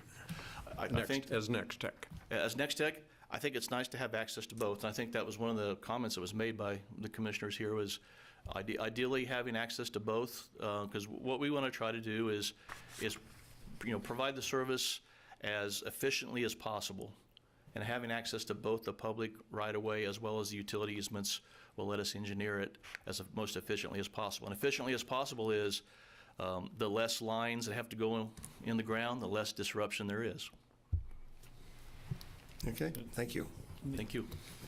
As we interfaced with Nex-Tech about their fiber install, we started down the path of a right-of-way agreement, and they followed up with wanting to be in the utility easement. So that request on their part is what prompted this policy discussion, prompted amending the agreement on the terminology on the next agenda item to account for utility easement. So they're kind of the ones that made the request and prompted this discussion.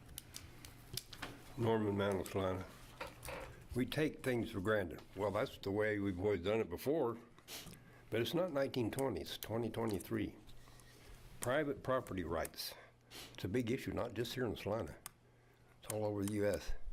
I'm guessing that the commissioners come into that issue. We're fighting over 6 inches of ground out in the country. Who owns what where? When you survey it, you use GPS. No, it doesn't match up with the old system. So I would take a better look at this, because you're looking at private property rights.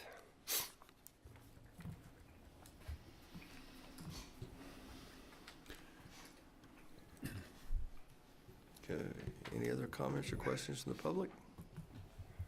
Mayor, if there weren't any more public comments, I did have a couple of points. If it works for the commission, I don't want to unduly prolong the discussion, but if I Please, may, go ahead.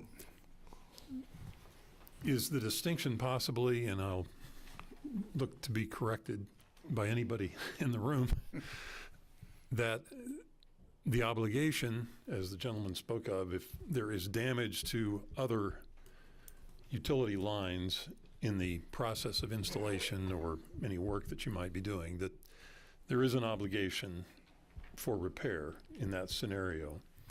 But again, am I correct that any, and I just want to be sure that anyone listening doesn't get the wrong impression, that any repairs or restoration of landscaping, fencing, that anything of that nature is strictly at the discretion of the company as to how that is handled, and that that is not an obligation when you're in the public utility easement? Okay, that was the point I think you all were trying to make, and I wanted to be sure that we hadn't glossed over that at all. And not that companies aren't responsible, I don't mean to suggest that, but it is not an obligation. It is more a matter of customer or public relations. To Mr. Mantle's point quickly, one of the key distinctions, the right-of-way is owned in fee by the city. The public utility easement is an easement. The underlying ownership rests with the private property owner, subject to the ability for utilities to come in, utilize that space in the manner in which we've discussed. I raise that point also to reinforce the point that Mr. Hennessy made earlier, and that is, obvious question was, well, is the type of activity we're speaking of here viewed as a public utility? And as he mentioned, it would certainly seem from the statutory definition and some other precedent that we have that that does qualify and does fall within the definition of public utility. And again, to Mr. Mantle's point, we do have to recognize we are operating on property that is where fee title is held by the private property owner. But as long as we are dealing with legitimate public utilities, that's the purpose of that easement.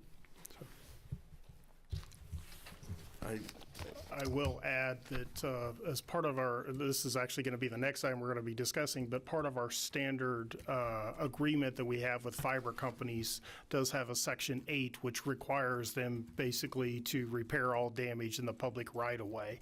And there is a provision that says if the provider fails to make the repairs required by the city may make those repairs and charge provider for the cost. So there is a provision in the standard agreement for any damages. Should that read right-of-way or easement now that we're allowing, because there is a difference? Yes.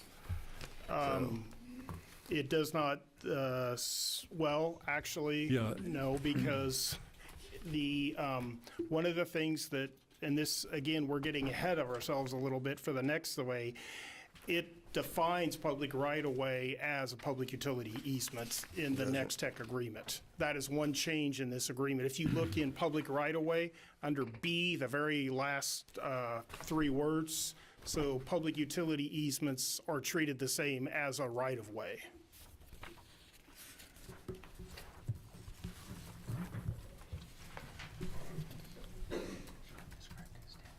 Okay, we'll look at that when we get that agreement, I guess, so, okay. One last question I have, if we approve this, let's see, city manager and legal counsel. No, go ahead, finish. Multitasking, but go ahead. If we approve this and we start running into issues with the use of the utility, or with the utility easements, we can come back in and amend that and remove that ability, correct? I believe that's a good question for the city legal counsel in terms of whether they've had reason to rely on the original approval to proceed. I can't say I've researched the matter, but I do think it would be offhand, it would be difficult to retroactively apply that in terms of any removal. Right. You could do so prospectively without any reservation, as long as it was applied. But if we've already entered into an agreement, and whether it's Clearwater or whoever, if we've given them if we have this passed, and I'm guessing, our agreement with Clearwater just says right-of-way, doesn't give them utility easements, correct? Correct. So we have to go in and amend that agreement? Yep. If that's the policy decision item that's before you, is rather than just have it be verbiage in the Nex-Tech agreement, we thought you need to make the policy decision first. The Nex-Tech agreement could reflect that, and then we would have to catch up with the Clearwave agreement and any future approvals. Yeah, hindsight would be 20/20 on this either way, because people aren't going to like you digging in their front or backyard either one, and so I'm hoping that the city will have a good working relationship with these companies, because I see where there's advantages to using the utility easements. I do have concerns about stuff that's already back there. So, but we'll see what happens. So, okay. Any other comments or questions from the commission? I guess I agree with what Commissioner Linkowitz first said, that it's the future, and we got to prepare for that.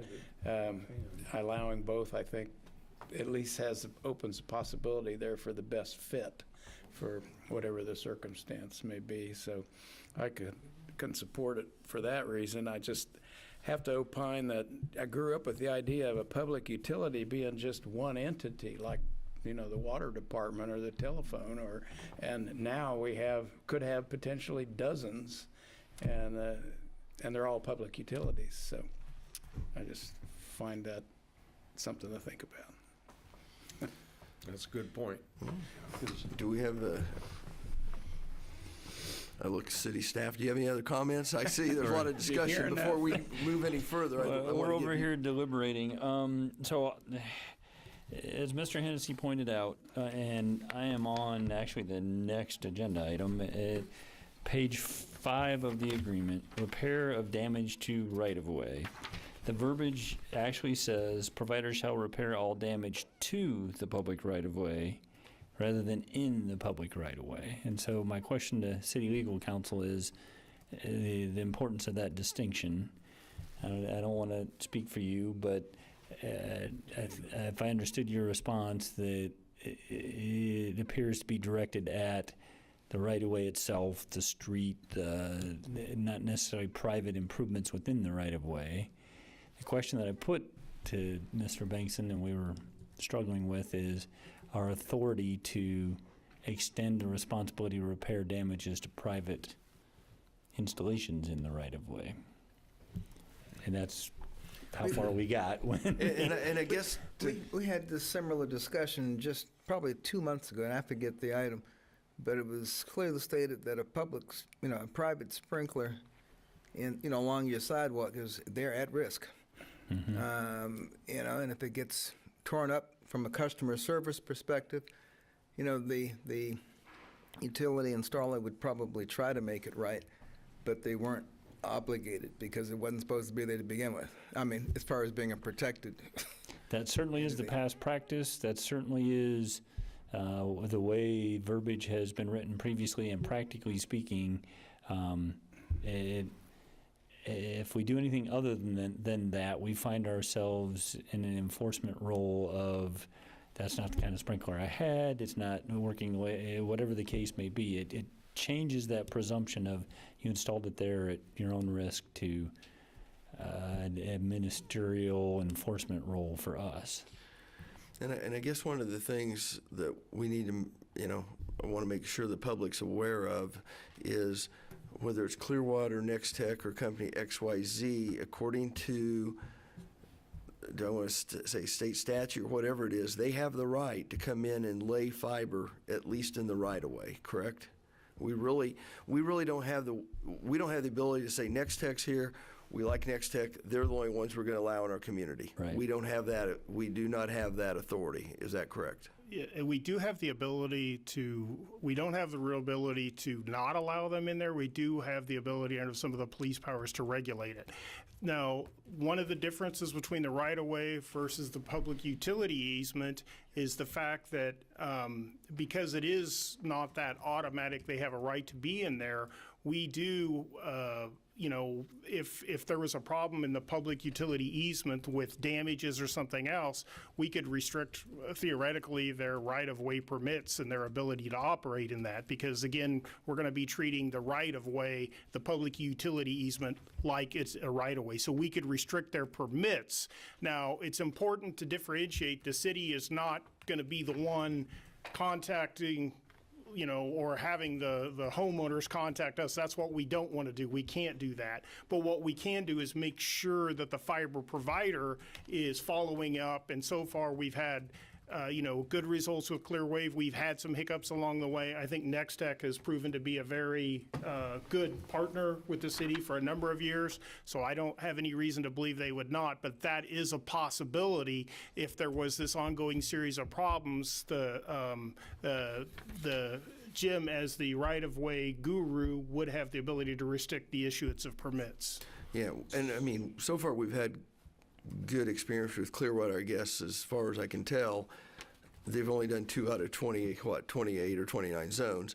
Nex-Tech, I don't worry about. It's company XYZ that comes in next that we have no history with, and not sure how that, you know, what could happen. So, in backing up to your question, in direct answer to that, I believe that is an accurate description of, we can't prohibit them from the right-of-way. We can just reasonably regulate their activity in the right-of-way.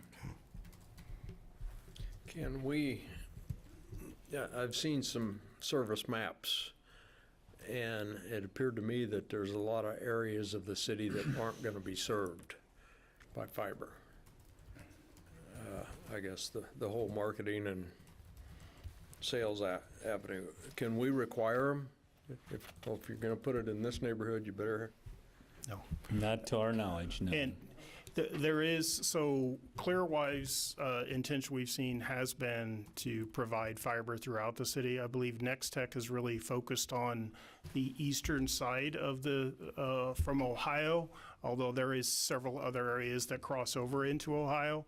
So that's really up to the individual company's decisions, and it's obviously based upon their costs and all of their considerations. So we have no authority to, if we have an area of town that's underserved, to say. We could fund it, we could apply for grants, we could, but well, the no governor ability to just dictate it. approved another $30 million for broadband, so the money's there. Okay, I bring it back to the commission for action.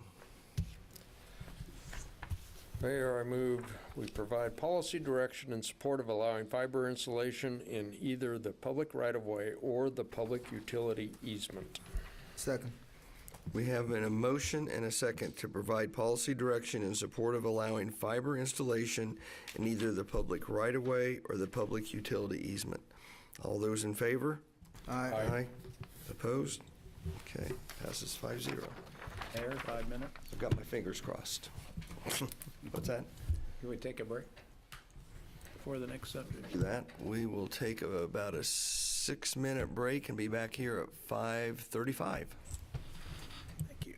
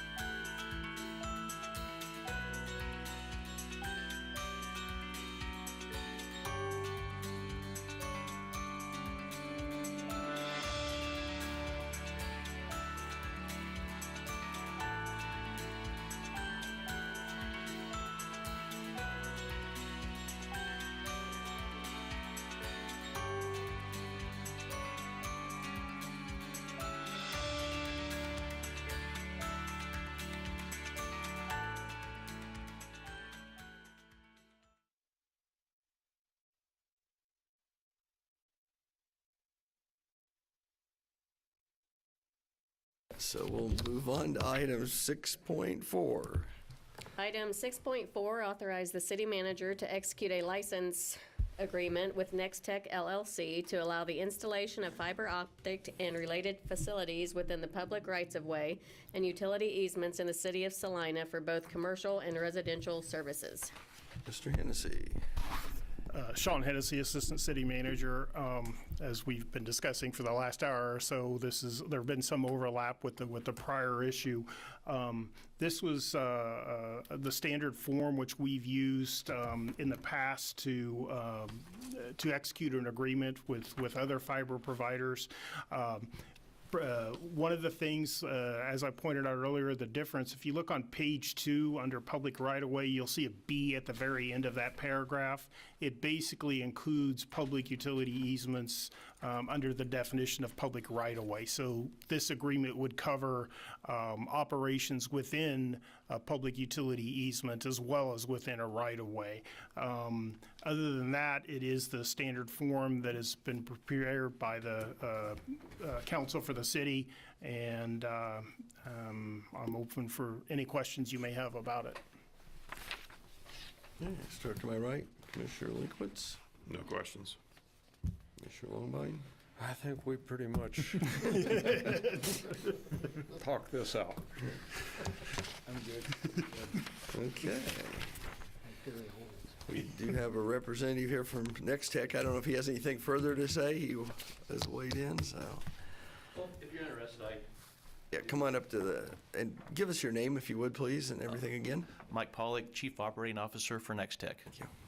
And I work in the Hayes office, but Nex-Tech's headquartered in Lenora. So, I do have a map if you're interested on where the project area is for the project we're going to start on this year. If you'd like a copy of that, and I can pass that out now. And you can give the city manager, and we'll pass it out after the meeting. Would be great.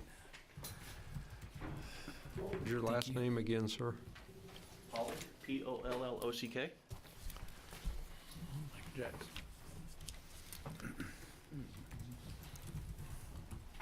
And in this handout, there's a map, and it shows where our project area is for the project this year.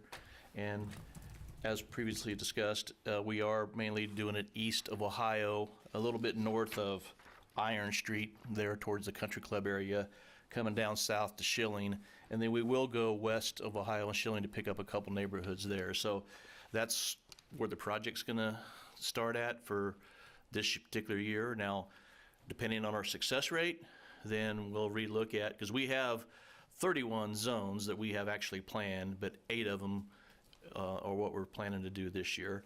So we'll gauge our success, and we do have a program where customers can try to sign up online, and based on the sign-up percentages, we'll relook at additional neighborhoods in the future. So the initial project is going to pass 5,000 homes in our residential locations here in Salina, and we're hoping to have that blue area that I showed you on the map done by the end of 2023. I also want to mention we have 18 employees that live here in Salina, and so they have yards, they have things, neighbors, and so, they go to church, go to school with the other Salina residents, and so we consider ourselves a local company. So that's all I had, unless you have any questions for me. I have a question which I'm sure I'm going to hear from someone this week. The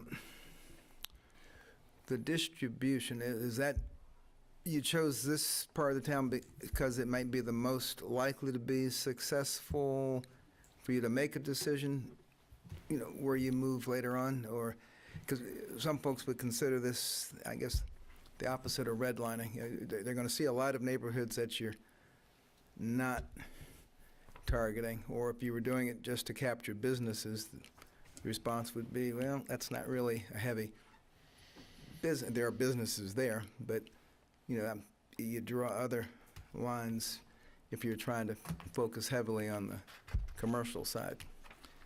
So what is the plan for the rest of the city? Because one could argue folks on those side may be more in need of reliable service, just for the kids' education, and we're putting our new housing in these other areas of town. That's a very good point. And, one of the reasons we chose that was because there's developments going in, so it's a lot easier to put the fiber in when you have a new development, coming in at that point in time before you have all the existing infrastructure in place. And we've worked with our marketing department, and we have on our website a place where you can go show interest if you're interested in signing up, and we kind of plot that onto a map, and then we figure from there where we're going to go next. And so, obviously we have a finite amount of capital and time, so we can't do it all at once. Our intentions, providing that we have good success in our initial neighborhoods, would be to continue to grow into other parts of Salina, and that will be based off the interest level that we get from the citizens via the online sign-up page. Right. I mean, are there residential customers that, inquire now? 'Cause I guess folks don't miss what they don't have unless they go to a friend's house and see that it's better than what they have. But I was just, so there's no long-range plan to cover the whole city at this point, then? We've mapped out the entire city into zones from a very high-level engineering design standpoint, but our continuing progress on the project, beyond this initial neighborhood, will be based on our success rate in the initial areas, combined with the continuing interest we see in the areas we haven't deployed in. So, yeah, I cannot commit that we will build the whole town of Salina residential. Even though I would like to say that, I can't commit that. Yeah, because this is residential. You currently already have commercial service in Salina. Yeah. Fairly heavily. Yeah, right? we've got nearly all the business areas. There's like 10 small areas left that we're trying to get to here this year as well on the business side. But And that's fiber? yeah, that's fiber. Okay. Yeah.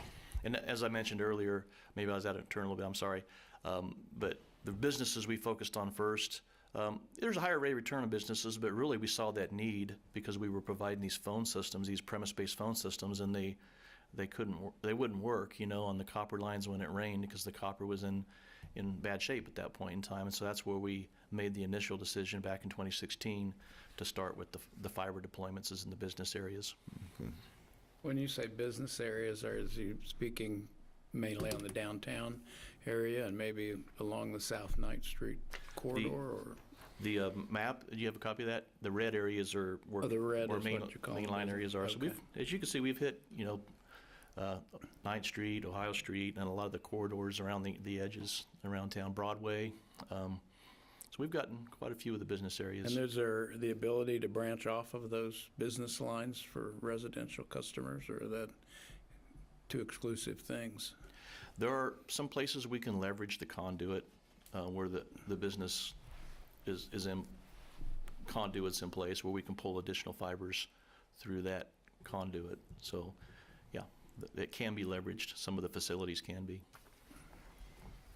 So as I look at the map, the red, you already got fiber pulled all down Ohio Street. Yes, that was the first place we started, was down Ohio Street. And that was in 2016? We started in 2016. I can't remember when we got the entire Ohio Street finished, but... So this should go a lot quicker than like Clearwave. They're starting from scratch. The blue area, as I mentioned, we're trying to get that done by the end of this year. That is our internal goal. And so, yes, there'll be more crews working. There's more capital be invested here than we did when we did the business areas. The business areas we kind of did in an incremental type, I would call it bootstrap capital approach. But with the residential, we're utilizing some extra capital to try to get that done in a more rapid fashion in that area that we're planning for this year. And do you contract the work, or do you have your own crews? We contract the work, and we do have 2 construction crews, and they're working on other places in the state right now. We sometimes will bring them in to add service lines later. Like if a customer on the initial sign-up didn't sign up and decided they didn't want a service line through their yard, we may use our local crew to bring in those in after the project's done. Or we might use a contractor too, it varies. Yeah, and I guess that was one comment I had earlier from the previous discussion. This is going on all over the state. And Is the city of Salina considered rural broadband? It kind of depends on the definition, I guess, but the last definition that I saw was a population based off 50,000 and that's several years old. I mean, and we're not necessarily doing this as a project because it's rural broadband. You know, Nex-Tech's not. I mean, for us, rural broadband is like 2 subscribers per square mile in Northwest County, in Northwest Kansas. But by some of the earlier definitions of the FCC, I think the population of 50,000 was a determining factor.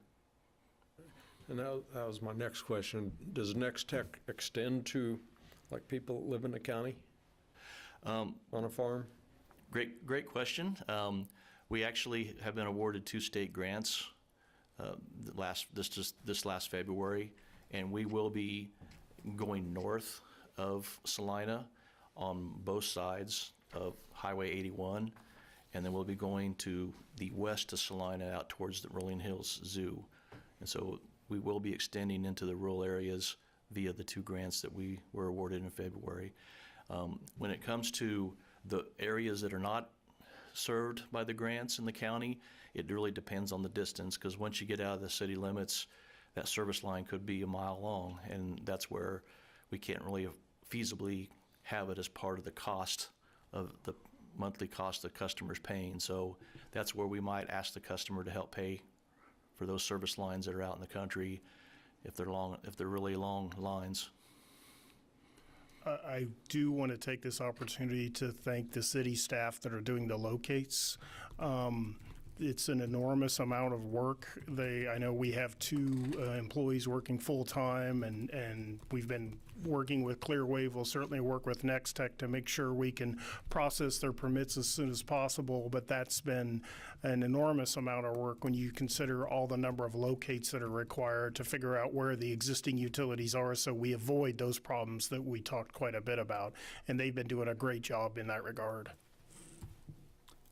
I'm assuming there's going to be some overlap in the digging that Nex-Tech is doing in Clearwater's.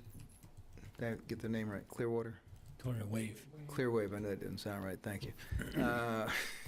Is it conceivable that the same hole would be dug up to minimize damage to the rest of the front yard, or could a person actually have 2 separate holes within 10 feet of each other in front of their house? Yeah, that would be business, individual or collective business decisions between the 2 providers. It wouldn't be something that we would dictate or regulate. Or, of course, the ideal situation for a homeowner, 2 companies come at the same time and, you know, both dig and get it over with. But just curious. Food for thought. On that same sort of line, that don't want to lead us astray too badly, but are there cities out there that have just taken on the task of providing this pipe and then rent that space out for the 8 or 10 or 12 that want to co-locate? It would be much more efficient than everybody digging their own hole. I know there were those conversations quite some time ago before I ever came to Salina. I was in the Kansas City metro area, and there was a conversation about installing large conduit and renting out space. I'm not aware of communities that actually made the investment to do that. I don't know if you're aware of any, but I've heard of it in concept. I've not heard of it in practice. Yeah, it's kind of rare out there that's happening at the municipal levels where conduit is being shared by multiple entities. I would like to come back to Commissioner Longbine's question on the definition of rural. It's really kind of shifted, I would say, from that population to more of, are you considered served or unserved based on the FCC maps? And that depends on the speeds and what the availability of the grant programs are and whether you're considered served or unserved. So typically, a lot of customers that are in these very rural areas are unserved or underserved. So if they have a connection of less than 25.3, they're considered unserved. I don't know if that helps, but that goes back to my point earlier about only pulling fiber in certain areas of town and ignoring the other areas. That you know, I think somewhere, you know, it's I go back to the telephone with AT&T and Southwestern Bell, that it was just essential that they ran phone service everywhere. That was a monopoly. It was a monopoly. It was a little different deal. I mean, I think, They had a lot of control and power, too.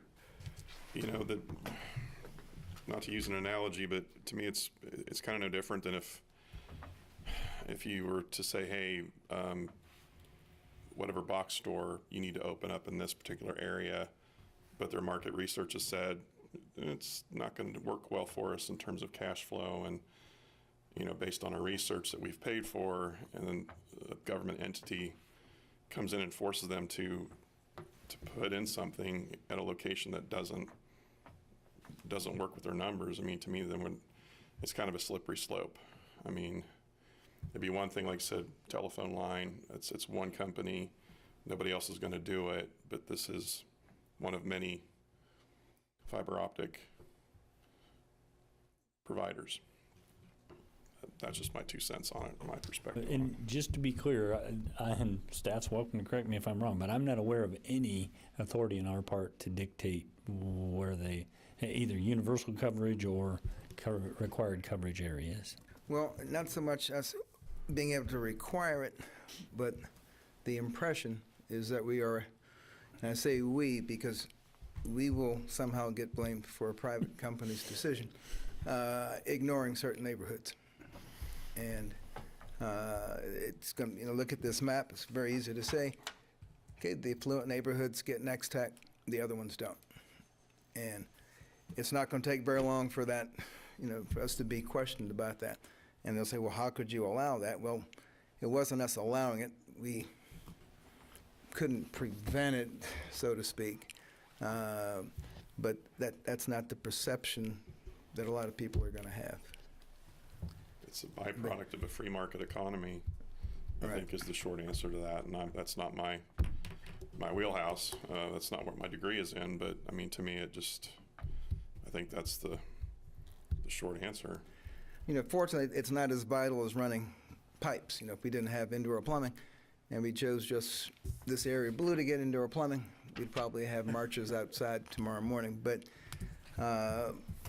connectivity is becoming the new water, indoor plumbing. And, somehow we have to, ensure that all of our citizens have access, maybe not to 10 different companies, but at least to one, that can provide the service. Okay, any other questions? Sure. No, I'm done. Go ahead. About the agreement? Okay, any comments or from the public? Thank you. Okay, if not, I'll bring it back to the commission for action. Mr. Mayor, I don't have the blue sheet with me, so I'm making this up as I go along. Thank you. Move to authorize the city manager to sign a right-of-way users agreement with Nex-Tech LLC, authorizing Nex-Tech Network to install a private fiber optic cable network in the public right-of-way and utility easement. Second. We have a motion and a second to authorize the city manager to sign a right-of-way users agreement with Nex-Tech LLC, authorizing Nex-Tech Network to install private fiber optic cable network in the public right-of-way and utility easements. All those in favor? Aye. Aye. Opposed? That passes 5-0. Thank you. That will lead us to item 7.1. Item 7.1, approve resolution number 23-8125, authorizing staff to submit an application on behalf of eligible local recipient agencies for the 2023 Kansas Emergency Solutions Grant Program. Ms. Martin. Hello, I'm Michelle Martin, for the record. I'm with Community Relations, a division of Development Services. I'm before you today to ask permission to apply for the Emergency Solutions Grant, which the city has been participating in since, as far as my research went back to at least 1994, so almost 30 years. The act actually passed, I think, in 1988, so we were on board. By the time it it came down to us, but at least since 1994, so almost 30 years, we've been applying for this grant. The city requests, the way it works, the city requests on behalf of local providers, local nonprofits who work in the area of homelessness, of helping homeless individuals and helping to prevent homeless individuals from becoming homeless. They call it homeless prevention. Those are who are at risk of homelessness. We do a combined application to the Kansas Housing Resources Corporation, the KHRC, who is given an allocation from HUD, who then distributes it to the balance of the what they call the Kansas State Balance of Continuing, or COC, Continuum of Care. Counties. So that's about 101 counties, or it is 101 counties. So 4 counties aren't in that balance. So we're competing against the 101 counties that are not the major metro areas. It excludes Sedgwick, Johnson, Wyandotte, and Shawnee. Then the money must be used in this application. It has to be used for 4 major areas. That's shelter operations, street outreach, homeless prevention, and rapid rehousing. There's a little bit of room for administration costs and what they call HMIS, which is kind of your data collection and your technology and what programs they have you. There's a little bit of money for that. But the primary focus is those 4 program areas that are focused on helping homeless individuals and those are at risk of homelessness in the communities you apply for. So the providers asking for funds this year are Salina Grace, Ashby House, and DVAC. Those are the 3, and we really worked hard this year in developing this application with them. There were some changes on the application from the KHRC side, and we really wanted to show the need of our community for this and working and how we think that we deserve more than the others in the other 101 counties in the continuum of care. And I think we worked really hard with those agencies this year to make sure we fell within the parameters that they have when they're when they send out this grant application. There's limits. You can only have 60% go to 2 of those categories, so the other 40% have to be within the other categories on those programs when you're balancing it out, and only a certain percentage can be to HMIS, and you have to take all of the applicants and combine that information. So we worked really hard with those 3 agencies to make sure our application falls within those parameters, and worked really hard with them on establishing the need and why bringing the money to this community over the other 100 communities that are applying for it. With that, the other thing I would remind you is the city doesn't have an obligation to match, but the county or the agencies will have to match a dollar for dollar what's approved for them. We'll get some money back after that to go to administration expenses, and that's allowed by the KHRC and through the grant. They'll tell us once we get the final number, once we submit the application, if it's approved by the body today. With that, I would stand open.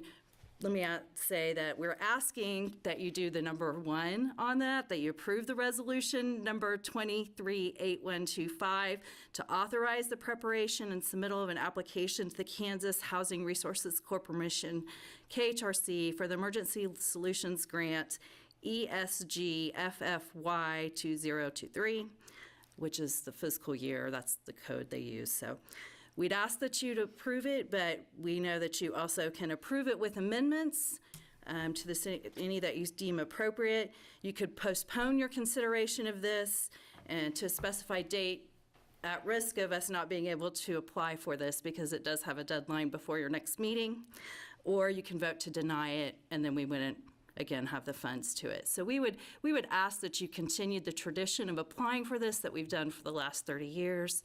And with that, I'd stand open for any questions you might have.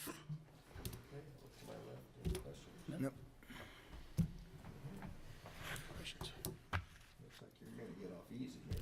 Okay, well, I will be back before you then. You'll have another opportunity to ask the questions if we get the grant, which we hope we do, and we'll ask to be approved at that time. Any questions or comments from the public? Okay. Okay, I will move out of your way. Yeah, cool. Okay. Richard Humphrey, Salina, Kansas. Again, thank you for all that are participating in the forums, the seminars, and the boards for the housing issues. It is, homelessness is very complex, and as we strive, for the financial freedom within all of us, we just hopefully encourage more workshops in the community for those that are on the brink of homelessness, because I do believe those that don't have the 3 months in advance in rent are very, very vulnerable. But I do believe in the community and the collective conscience that we've used together over these months I've got to watch, so I'm very proud. Thank you.